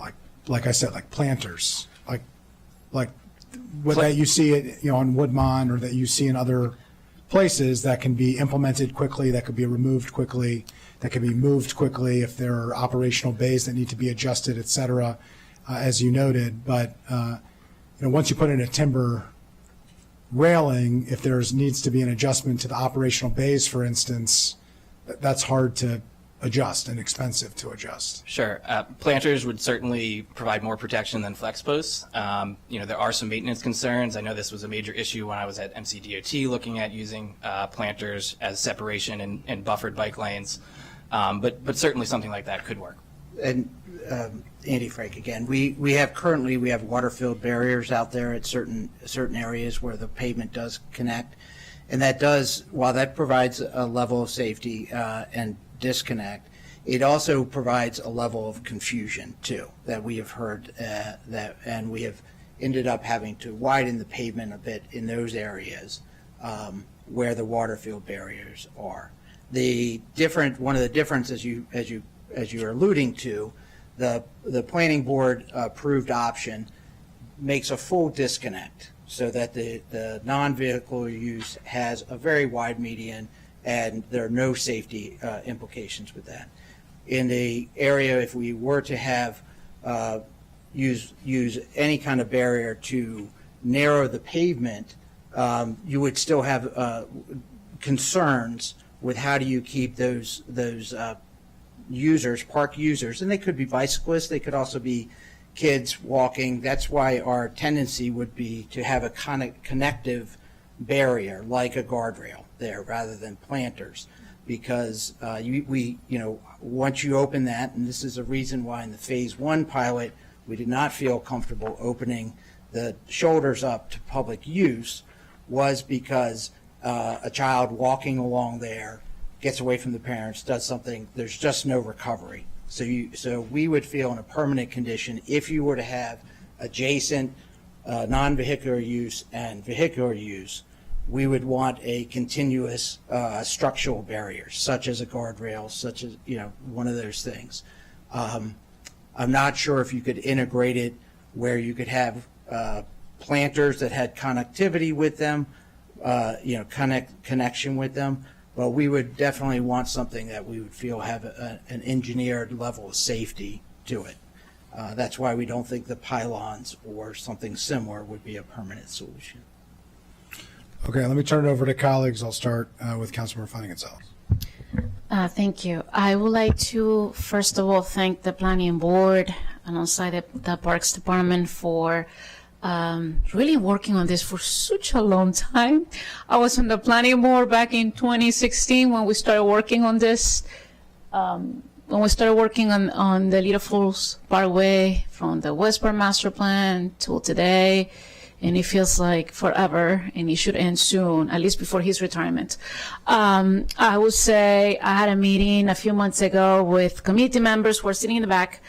And the first thing they told me is like, we don't want the park, the linear park. And I said, if you don't want it, I'm not gonna support it. I already have that money coming to my district. No shame saying that.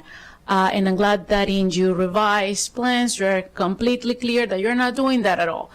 At the end of the day, this is about providing safety for users, and I'm glad that the alternative option has 2-lane roads. I mean, that's what we all want. That's like the main goal. I do, in terms of the letter from the county executive, I honestly, when I read it, I was highly disappointed because there's no way you're going to claim that fire and rescue is now saying that they enhanced this new proposal without providing proof. Even if he says it, show me the memo, show me where they arrived to that conclusion. There's nothing in that letter, so there's no way I could ever defend it, and it's embarrassing. So in my mind, the number or preferred option from fire and rescue for safety is the planning board's recommendation. Period. And stop. If this is about Vision Zero and safety, that's what it should be. Nothing about rumors or what this and that person said. Show me. The county executive neglected to put that on his letter, and it's not okay. But with all that said, I mean, the difference about money, it will be cheaper to go with a planning board anyway, recommendation. But in terms of us moving forward, as a county, and before I even say that, Sligo Creek is in my district. Holly Cross, that whole area is District 6, and we're trying to do here what's already in my district, and the community is happy. But if folks here don't want to go into that route, and we are keeping the 2-lane road, in this case separated by the existing grass medium, I'm gonna go for it so we can all move forward and work on other projects. There are plenty of stuff to do in this county. This is not it. So, that's it. Ready to vote. I'm not sure we are. So, Councilmember Joando.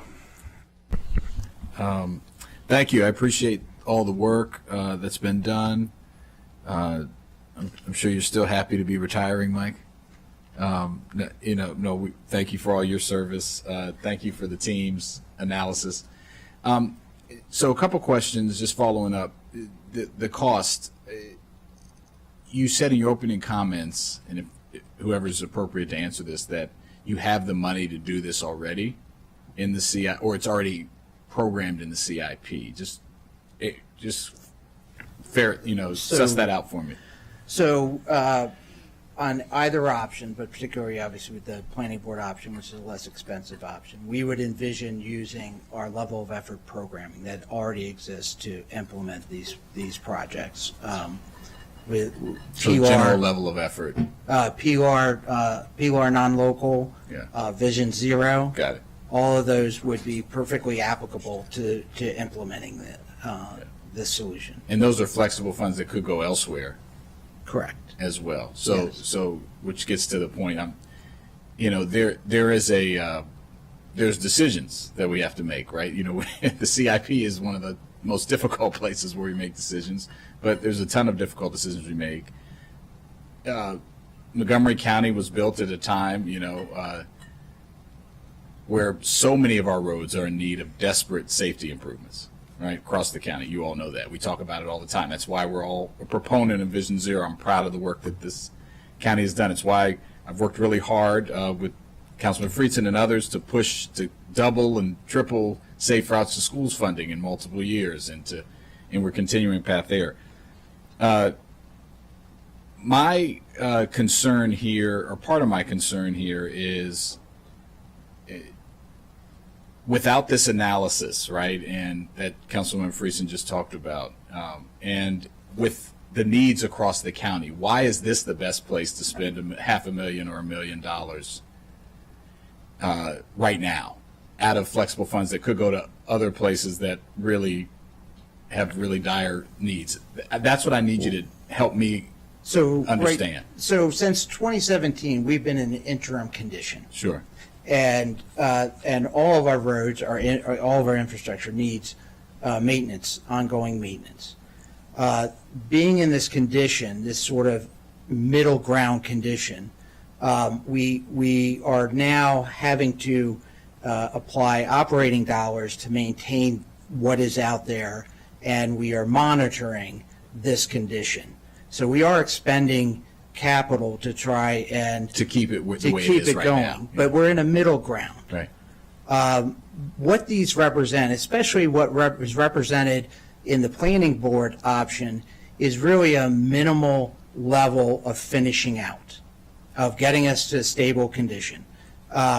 It relative to other costs of other projects, this is a rather small amount of money, and you're going to get the benefit of a roadway that will be at its, restored to its, or reset on its level of service, its life cycle service.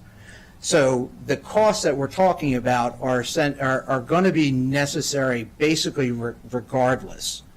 And going back to the previous configuration, the separated configuration, there would be an additional cost of moving the traffic lights back, which are now functional in that condition, the two-lane opposing condition. And if we go with the option that separates them, and you have to have the operational bays for the fire and rescue, that's going to be that additional cost, plus that's likely going to trigger stormwater management requirements, which is another cost. Essentially, making what we have been not able to fully finish out the maintenance and the operation that really needs to happen. So what the $600,000 really represents is just finishing. Right.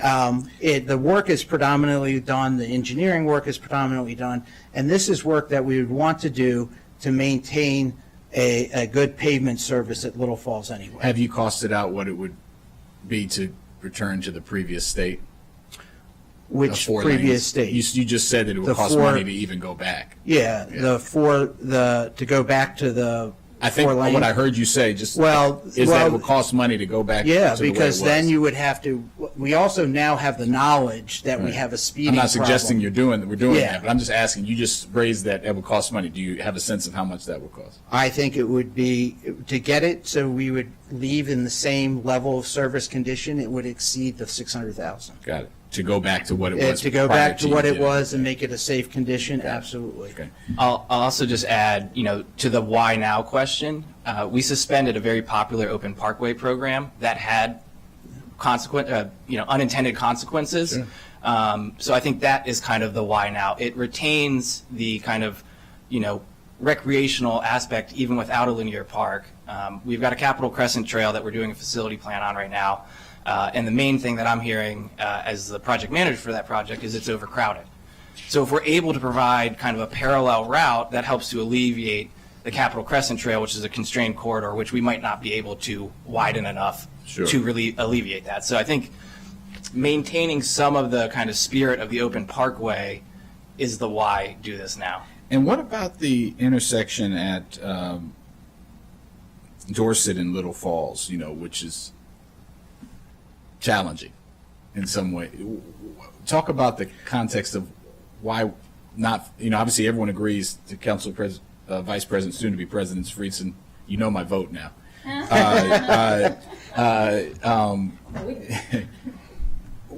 Obviously the trail crossing we talked about, everyone agrees on that. But what about, talk to me a little bit about Little Falls and Dorset and how you see this impacting. Well, actually, Little Falls at Dorset's also a trail crossing. Right, The Little Falls Trail comes right into this.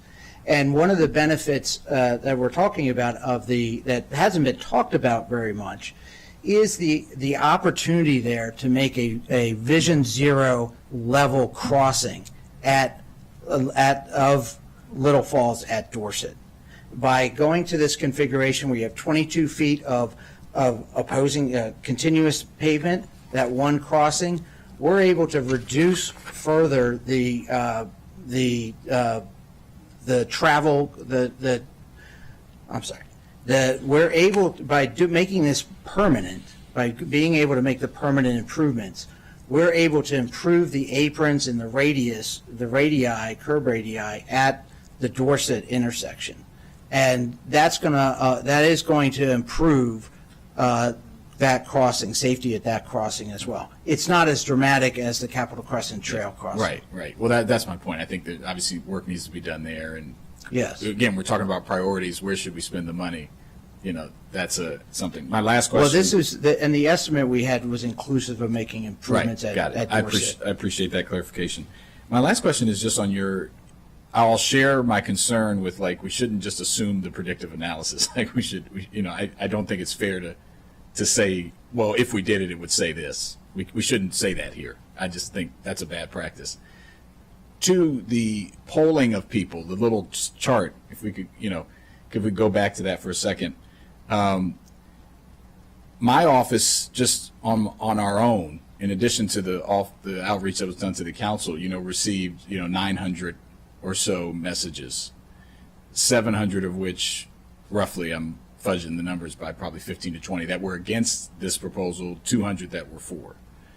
Your analysis had a lower amount of people, but a flipped, kind of outcome there. I just, again, depending on when you did it, how you did it, people got motivated, but I just want to know a little bit about, as you know, this Parking Planning Commission, I've done this with the previous, how we get information, who we talk to, and how we present that is really important to me. That doesn't mean we're going to go with it. The public can be wrong, right? So, I've done many things that the public probably has not liked because I think we need to move forward. But I do think we should have an accurate way and a methodology of getting that information, and it should be a weighed consideration in how we do our work. So if you could talk about how you went about collecting this. Yeah, so we hosted a public meeting back in February on the 15th, I believe. At that meeting, we set up a dedicated email account. It was lfp@montgomeryparks.org, and requested that people email us through that email address. We also, any emails that were sent to the planning board chair were also forwarded to us. We basically just sorted through the emails that we received directly. I took the time to kind of read those comments. It's difficult at times, and I know if you've received, several thousand emails, it's very difficult to go through and figure out if people are for a project or against it. But I went through all the emails that we received, kind of categorized them as generally for or generally against the project. And that's really it. I know this is a very contentious project. I know that all three of your emails have probably been filling up. But this is between our first public meeting and the planning board work session. This is the emails that we received. So this was over I think it was about a 2-month period, maybe a 3-month Got it. period. Okay. And again, we just, sorted them on one or the other. And then it shut down, and it was. Yeah, we Yeah. from the start we're clear on a date by which we were cutting off the public input, and again this is what we received and this is what we've presented. I know there are petitions both for and against this, with significantly more people signed on both for and against. But as far as our public input process leading up to the planning board, this is what we received. Okay, I appreciate that. I also appreciate council requesting and you all working to provide an alternative, knowing that that's not your position. I think I heard from my colleague, Councilman Fanny Gonzalez, that just trying to move it forward. I want to hear what the chair and the district council member, I think he's more in his district council member seat today, says, but I would be okay, I think, going with the requested alternate option, if that's where we can get consensus, but I want to hear from Councilman Friesen. I appreciate it. Thank you. So just a couple quick follow-up questions here. One on the Dorset intersection. I'm a little confused by how that was stated, because it's actually the opposite. My understanding of it, and I know it pretty well, I walk it pretty much every day, is the opposite of how you framed it. So I just want to give you an opportunity to clarify. I misspoke. Okay.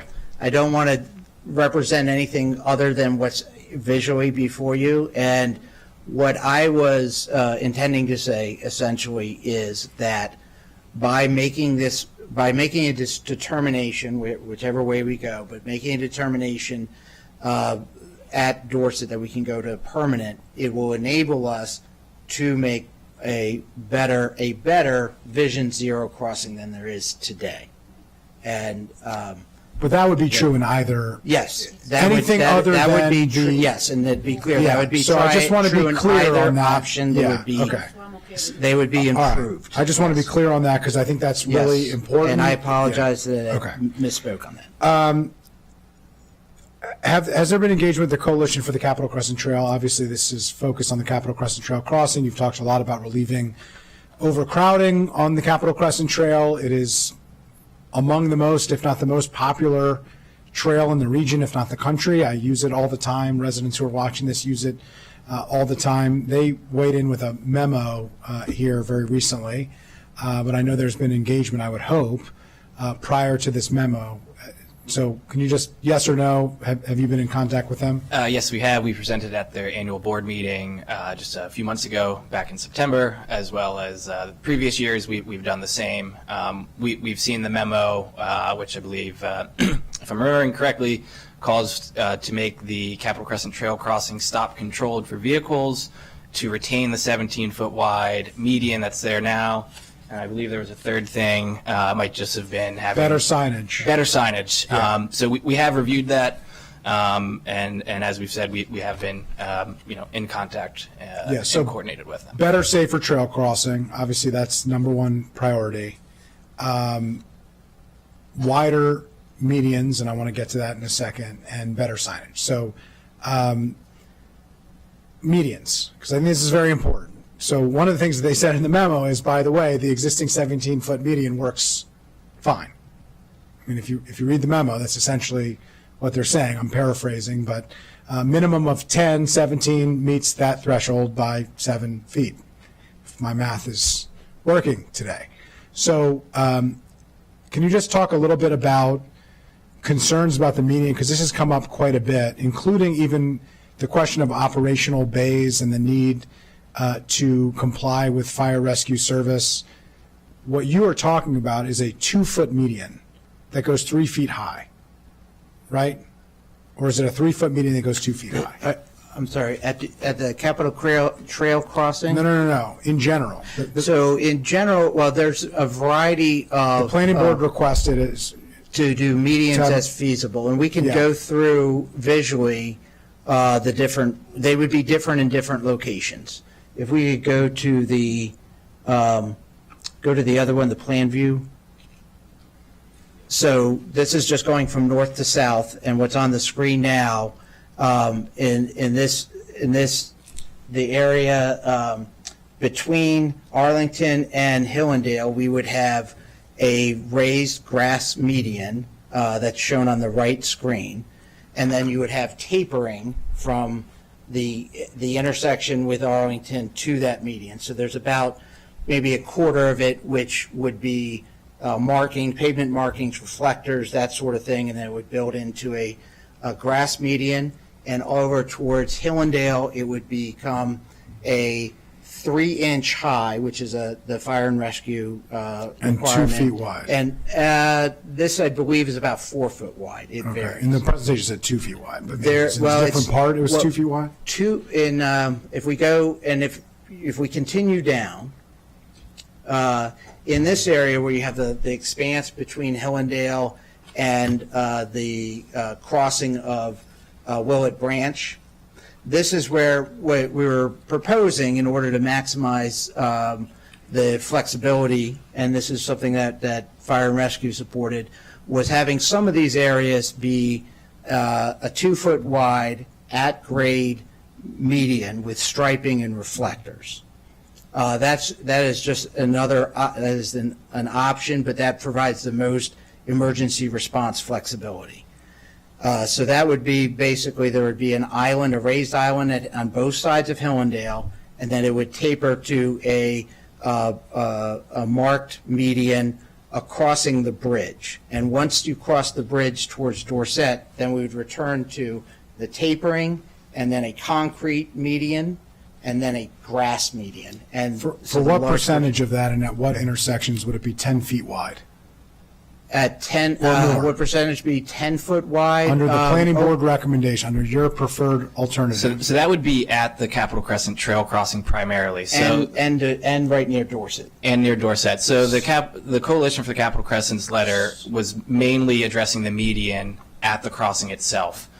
The median that we've suggested, the mountable kind of curb, was included in by the planning board on their recommendation and kind of our recommendation as well, due to the amount of concern we had about head-on collisions.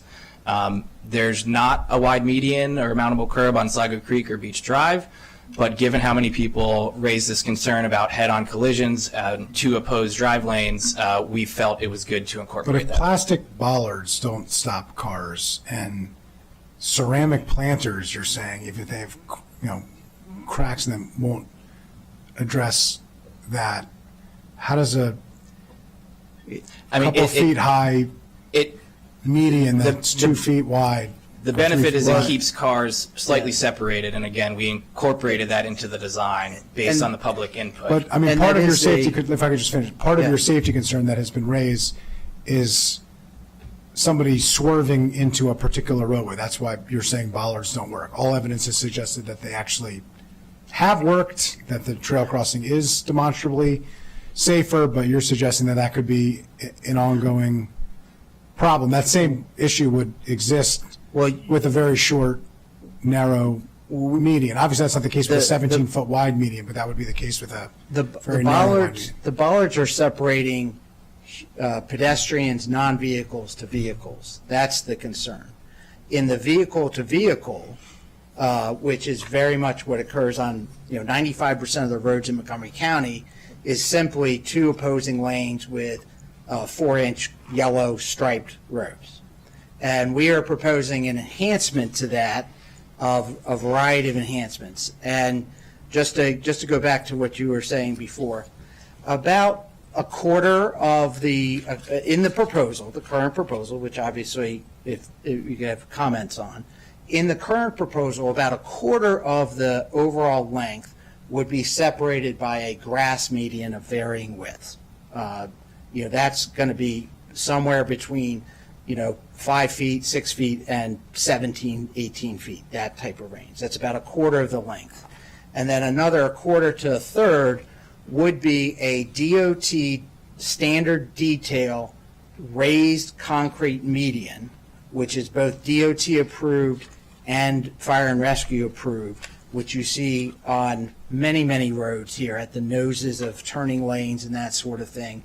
And that would have a pretty significant impact or effect on drivers who may drift into the wrong area. And that was the concern. We think that concrete median would be extremely effective. The third type is an enhanced at-grade median, which includes striping, reflectors, and grinding. And this, one of the details that we're looking at was actually what's used on the Chesapeake Bay Bridge when they're crossing, when they divert lanes into opposing traffic on Friday nights. And that's a double lane, a double stripe, grinding, and reflectors. So all three of those, from a safety standpoint, vehicle to vehicle, are an enhancement on what 95% of the streets are around here. But separate, what we were talking about the bollard, is separating the flexi post, separating the non-vehicular use to the vehicular use. We can certainly, if the question is regarding this alternative, can we enhance or extend the area of either concrete barrier or grass barrier, we can certainly look at that to get it to be a larger proportion of that. But Fire and Rescue and Park Police did express a preference towards the at-grade crossing, or at-grade median. It sounds like they did until maybe they didn't, based on what the county executive Well, has. Park Police has been, well, I just want to say, Park Police is very consistent in this. Park Police, who is another emergency response group, they are very much in favor of having us mimic Sligo and Beach Drive. We do have a little bit of an issue here. We've got Park Police that reports to the planning board, that is agreeing with the planning board, and we have Fire Rescue Service that originally disagreed with the county executive, has now been put into compliance to agree with their boss. So it is hard to say, like, pick, let's stick with the public safety, group that listen to their boss in the way that supports our, viewpoints. I think we got to take that all with a little bit of a grain of salt. Unfortunately, I do agree that, we need to see the receipts. It would be nice to see the models that are being referenced. And so if you could follow up we can on certainly that do before that. this goes to full council. Yeah, we could certainly do that. As Kyle referenced, when you take that out of the context of the broader county in terms of priority, this Little Falls Parkway is the #1 parkway priority for Montgomery Parks. Okay, last question on this, and then I'll see if we can start to wrap this up. You talked about the why now and why this, why this area. Why not beyond Dorset? The reference has been made. The reference has been made that this is the only area that actually isn't master plan for this. If this was, a priority for safety, and it wasn't related to the trail crossing, which is how this started. Yeah. Why the break point at Dorset? Can you just explain that? Certainly, and that. Am I still on? Sorry. The breakpoint at Dorset is a function of the open parkways and how this evolved in 2020, and where we could do a pilot project, where it was feasible to do a pilot project to prove the concept, to prove the idea, which I believe we did. The reason it stopped at Dorset was we did not want to interfere with the Washington Episcopal School area and that entrance. And of course, it went from Dorset all the way up. So that is the reason, because that pilot program project and the idea of getting into a permanent solution, which again is also something we want to do because we've been engaging with NCPC, we want to come to a resolution so we can go back to them. So that's why Hillendale or Arlington to Dorset.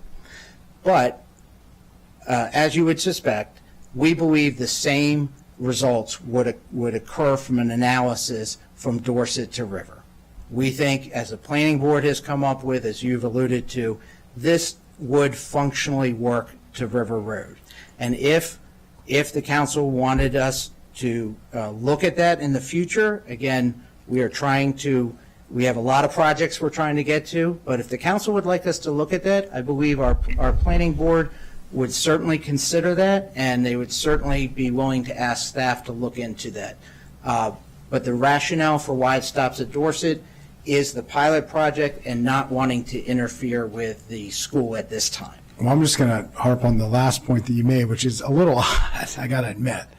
On the one hand, Washington Episcopal School is used to say that it's a school and we wanted this to be safe, and it's a justification for why it is being done up to that point. The reason why it doesn't extend beyond that is because you don't want to interfere with the entrance to the school. You can understand that there's a little bit of a mixed message there that's hard to unpack. That was at the time of the pilot, when everybody was under a lot of pressure to deal with the inadvertent traffic, the traffic that was occurring. And there was an agreement, as Director Riley expressed, to figure out a way to go convert and get a 7-day-a-week open parkway solution with a 24/7 vehicle access way, and we achieved that. We believe, and at that time when we were rushing there, we did not know exactly what was going to happen to Washington Episcopal School.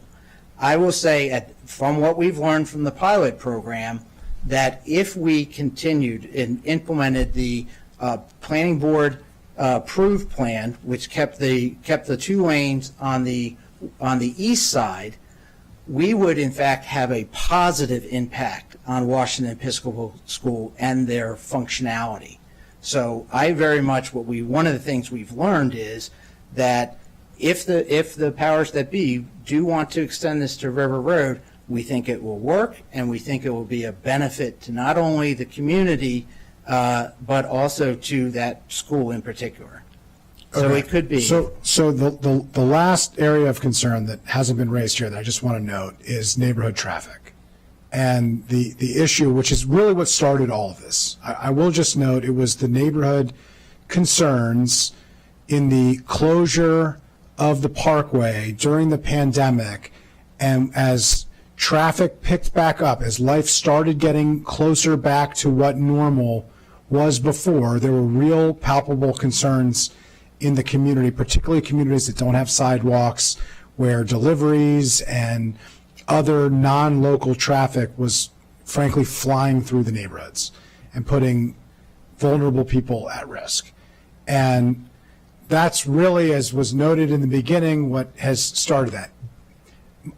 All I can tell is that the real analysis of that has been based on the change to the traffic counts on Little Falls Parkway.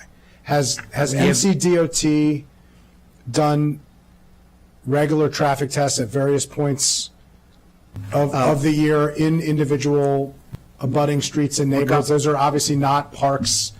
But Montgomery Parks has actually done multiple. I don't know if we have the visual, but we have a network of about almost a dozen locations, 9 locations. Only a couple of them are Little Falls Parkway. Most of them are in neighboring streets. So we've tested the neighboring streets about 4 times already, and we have found demonstratively not a negligible, no negative effect on those. And the big change was obviously in June of 2022 when we initiated the pilot program. That is the biggest aspect.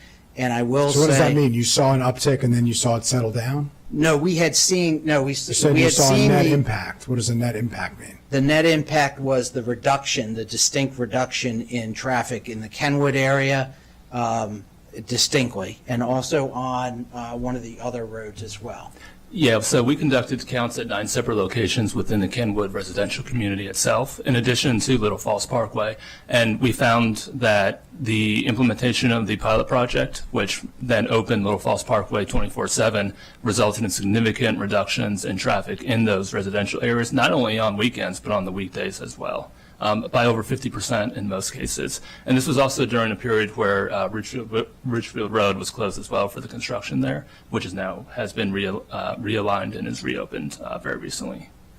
And I do want to say, I do believe one of the big aspects of making the permanent solutions is going to be expanding turning lanes and optimizing traffic through Little Falls Parkway. So we do think coming to a resolution and something that we can move forward with NCPC and ultimately to approval will have an additional benefit to traffic throughout. Got it. Okay. Well, I appreciate colleagues. I appreciate the responses to the questions. I think there still are questions that haven't been answered that still remain. I personally think that moving forward on either side of the median for both blocks, the council approved alternative is a direction that I think we can go in, and I think it seems like we can get support for. But I personally don't think that we should move forward in pulling up the pavement yet. I think that's premature. And so to me, that is the approach that I would personally be comfortable with. We'll see where colleagues are on that. But once the pavement is pulled up, you can't make a change. And it's not clear to me what the stormwater needs for shared use path and other dynamics are going to be on that, what the operational bays are going to be. We have conflicting information from fire rescue service. If you keep the lanes as they are currently, but we approve the road diet on either side, we have the ability to adjust. We can continue to assess neighborhood traffic. We can continue to assess the fire rescue service concerns that have been raised, and we can make what we've heard here today is a safety improvement to the roadway, but one that still allows for some level of flexibility for adjustments moving forward. So that would be my personal preference. It would be to go with, as you had shared, the council alternative, although I'm not sure that's exactly how I would have framed it. I asked for an option on either side of the median. That's what the Parks Department came back with. Having said that, I would be comfortable moving forward with that based on everything that we've heard and seen, as long as we're not pulling up the pavement just yet before we have some answers to these other questions. I also think that will save significant expense for the time being, where we can determine, to your point, of what the best use of resources is. So I think we can make a safety improvement here. I think we can move forward with what you have discussed, but I think we can do it in a way that isn't permanent without providing any opportunities to make adjustments. It's not to say that I want to revert back, but it's to say that there might be adjustments that need to be made as we move forward. And once you start pulling things up, there's really no turning back. And the idea of getting something back into the CIP based on the competition, as noted by Councilmember Joando, makes me very nervous about our ability to undo it. So that would be my preference. I think that serves the safety needs. It continues the improvement at the trail crossing, and it allows us to adjust accordingly if needed moving forward. Any comments from colleagues? Councilmember Well, Joando. I saw your hand has been on the mic for about a minute, so go ahead and say what you were going to say. Well, I was going to say a couple things. One, I do believe that in order to implement either option, there will be at physically need to be some level of pavement removal, not a full pavement removal. I do think that even what we're proposing, that level of pavement removing, the big thing that one thing that we could do is, what Andrew had alluded to, one of the major expenses here and one of the major long-term expenses with the using the median is going to be replacing those bridges and culverts with roadway crossings. We could defer any change in those. That would be the big, as you mentioned, sort of CIP difficult thing to go back to. I think removing pavement, I don't think is something that could never be reversed if that was needed in the future for additional pavement. I also, I am not sure how, in our discussions with NCPC, what they were looking for was a finished, resolved scenario. So I don't know, I think what they would view that as being permanently retaining the pavement. They wouldn't look at this as a flex, as a future thing. Did you go to them for approval of the trail crossing change? We've been in touch with them throughout this process. No, and- prior to that, in 2016 and 2017, did you have to go to them for approval? I believe I don't think I was on that project. I mean, that was largely, operational change in the sense that we use flex posts. We weren't making permanent changes to it, so it didn't really rise to the level of review. But the 2017, we did communicate with them on the. You communicated them, but did you get approval from them? Did you need They approval said from we them? did not, they considered that an operational change and we did not need it. And my suspicion is they would treat this as an operational change too. It's the same dynamic. You're extending a proven engineering operational change to a second block. the challenge here would be that this alternative right here with 3 70-foot by 17-foot wide bays would increase asphalt within a stream valley. They would As consider that NCPC has. Why do you need to increase the operational bays if you? Because there don't- aren't Because, currently operational bays, so that's- if we install 3 of them, it would increase the amount to meet fire and rescue's But if you're needs. not removing the pavement, that's No, kind of no, my those question. What would that those mean? bays are currently grass.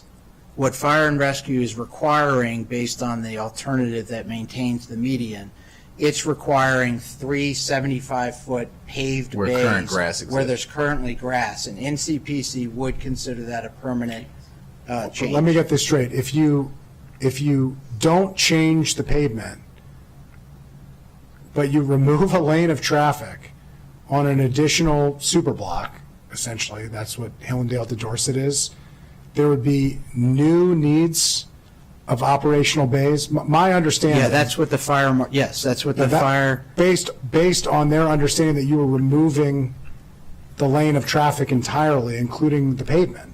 If you leave the pavement, they can drive on the pavement. If That's what they do now. if we don't put any barrier between the travel lanes and the lanes that could potentially be used as a shared use path, yeah. What's the current width of the lane, including the paved right-of-way? It's proposed to be 12 feet in both directions. And what is it currently? It's also, currently it's also about 12 feet. Well, about 24 to 26 feet. But the marked, between the actual pavement markings is about 11 feet. What's the width of a shared use path? 10 as feet. proposed, 10 feet. Yeah. So, And then I mean, we're there's- providing, There's a buffer. room there, there's a buffer there. but we would need to put a physical barrier between the two. So you'd have 2 feet to put in a physical barrier. So But- in this cross-section here, we've got the 2 12-foot lanes. If a car were to break down, fire and rescue would have no way to get past that unless we pave additional operational bays that could function as a crossover. If a car broke down now, what would happen? If a car broke down now, there's shoulders that people could pull onto, and there's 20, Similar to 2-lane I roads. feel like I'm in the elsewhere. twilight zone. If the lanes of traffic don't change, there's If- just if one we're fewer going lane to- of traffic that cars are driving on. But if you create the buffer, if we, on understand. this alternate, that has the 2 lanes and the shared use path on the one side, which requires a barrier, then fire and rescue is going to require the crossovers.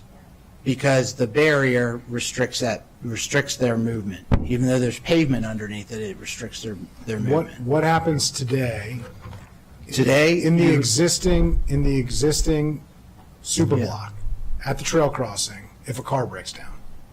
there's 22 foot of pavement. Have fires not been able to be put out? Have paramedics not be able to show up Well, at but- people's homes? I don't understand. Right, but in this case, right now you have 22 foot of clear pavement that they can go across. In this scenario, you would be putting up a barrier, which would restrict that to 12 feet, which would cause them to require the operational base. But if That's why they were requiring the operational bays. But if a car were to break down between Arlington and Hillendale, fire and rescue would be able to divert before then onto Arlington or Hillendale, as opposed to if there was a car broken down between Hillendale and Dorset without a crossover, if we're reducing it to one lane on each side of the median, there's nowhere to go.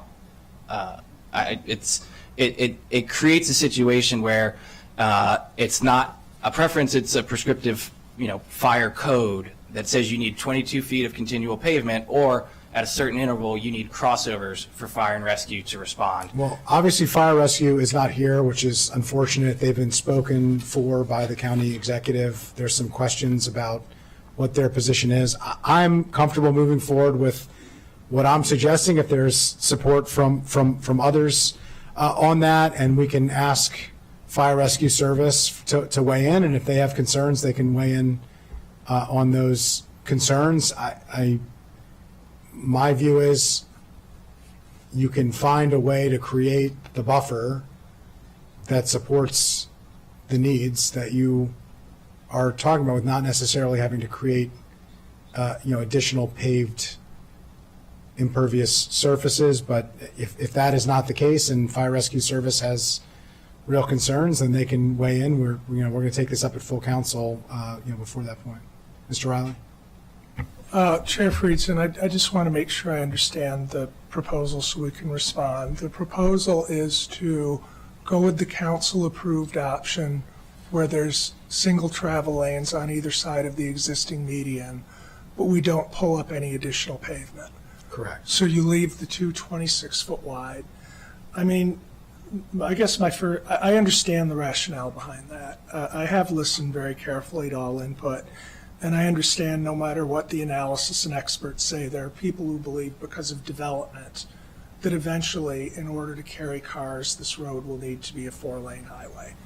I understand that there's a lot of people who just won't believe the studies and that it will need to be restored. So we're talking about now leaving pavement in a Stream Valley Park that is likely, very likely to be unnecessary and ever used in the future. And, that's from a stormwater and environmental practice and a park guy, that's just not something I would advocate for or recommend. To leave an extensive amount of pavement in a Stream Valley Park for some indefinite period of time because there is a concern that eventually it will need to be used as travel lanes again. I do, if you look at the section that's up right now, we were proposing to leave the pavement on one side but create a shared use path with it. On the other side, we now have to figure out what that's going to be.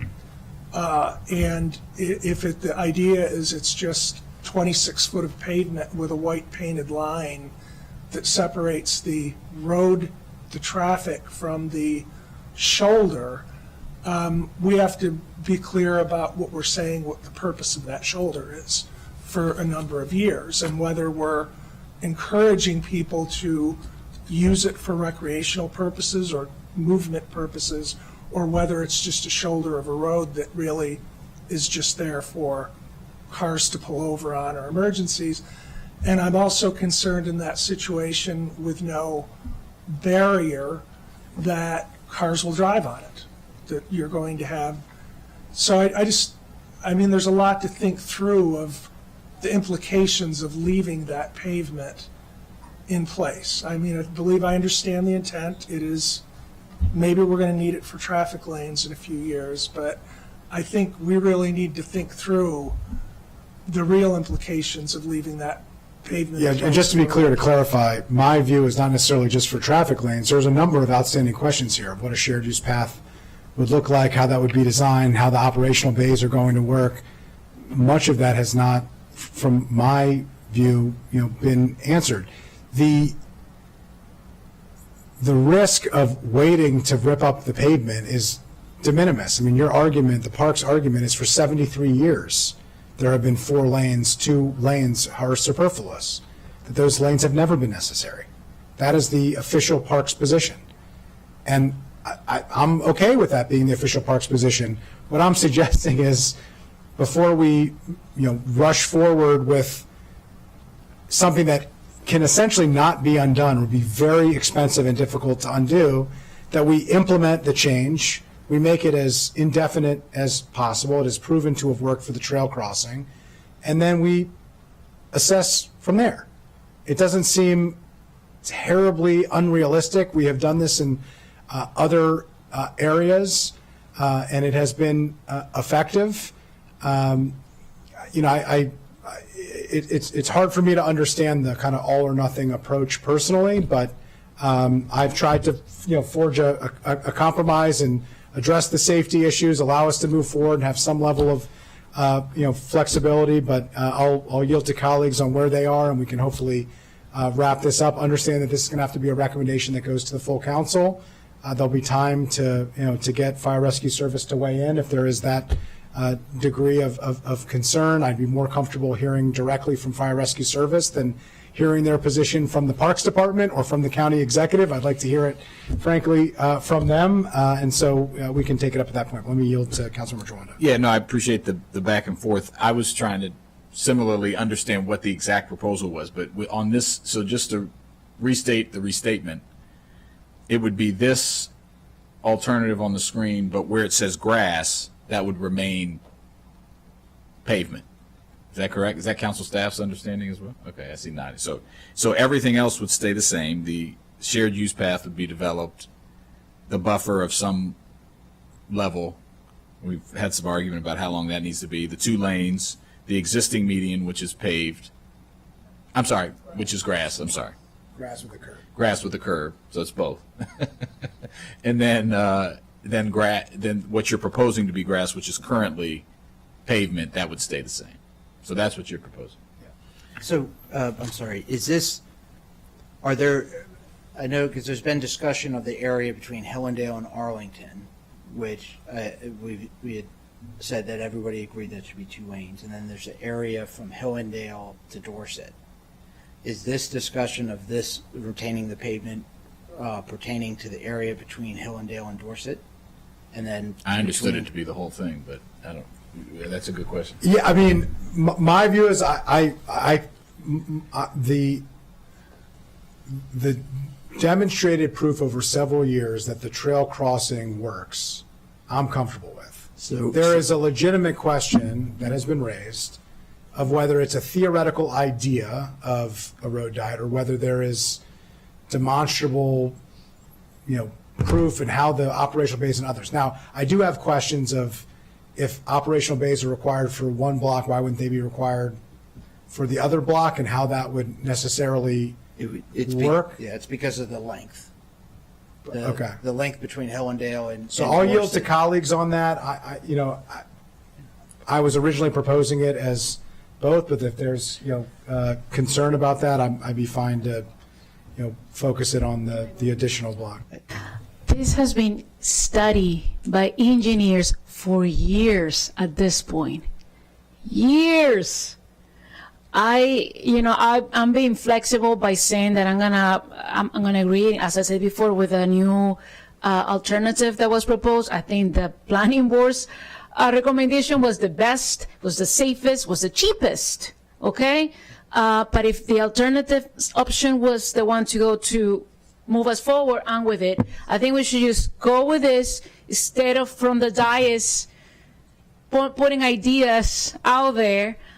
Bring it to the full council, have fire and rescue come in and state their point officially, and move on.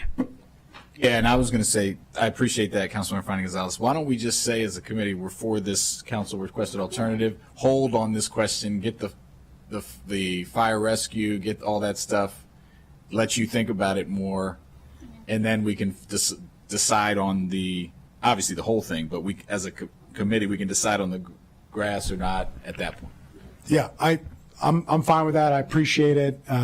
Okay, so we are going to recommend as a committee the council preferred alternative.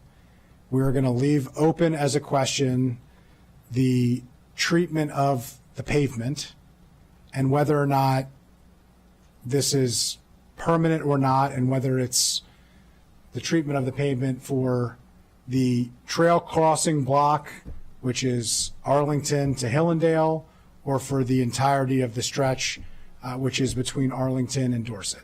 So that will be an outstanding question for the full council.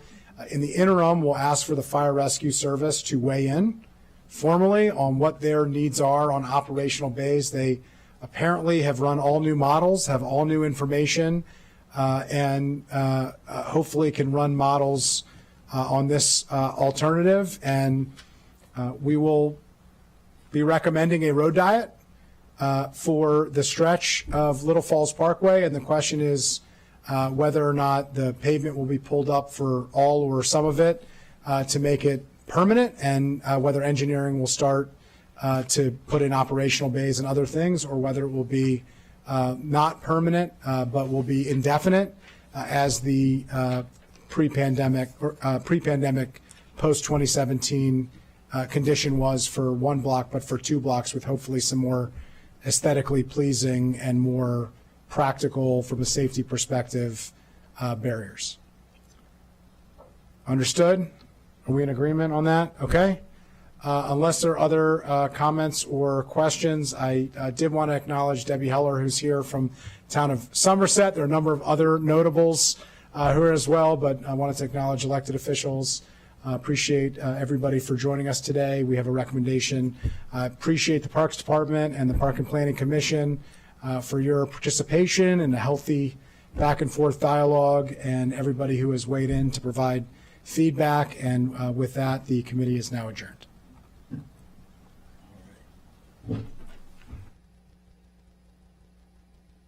Travel is slow on I-270 in the following locations.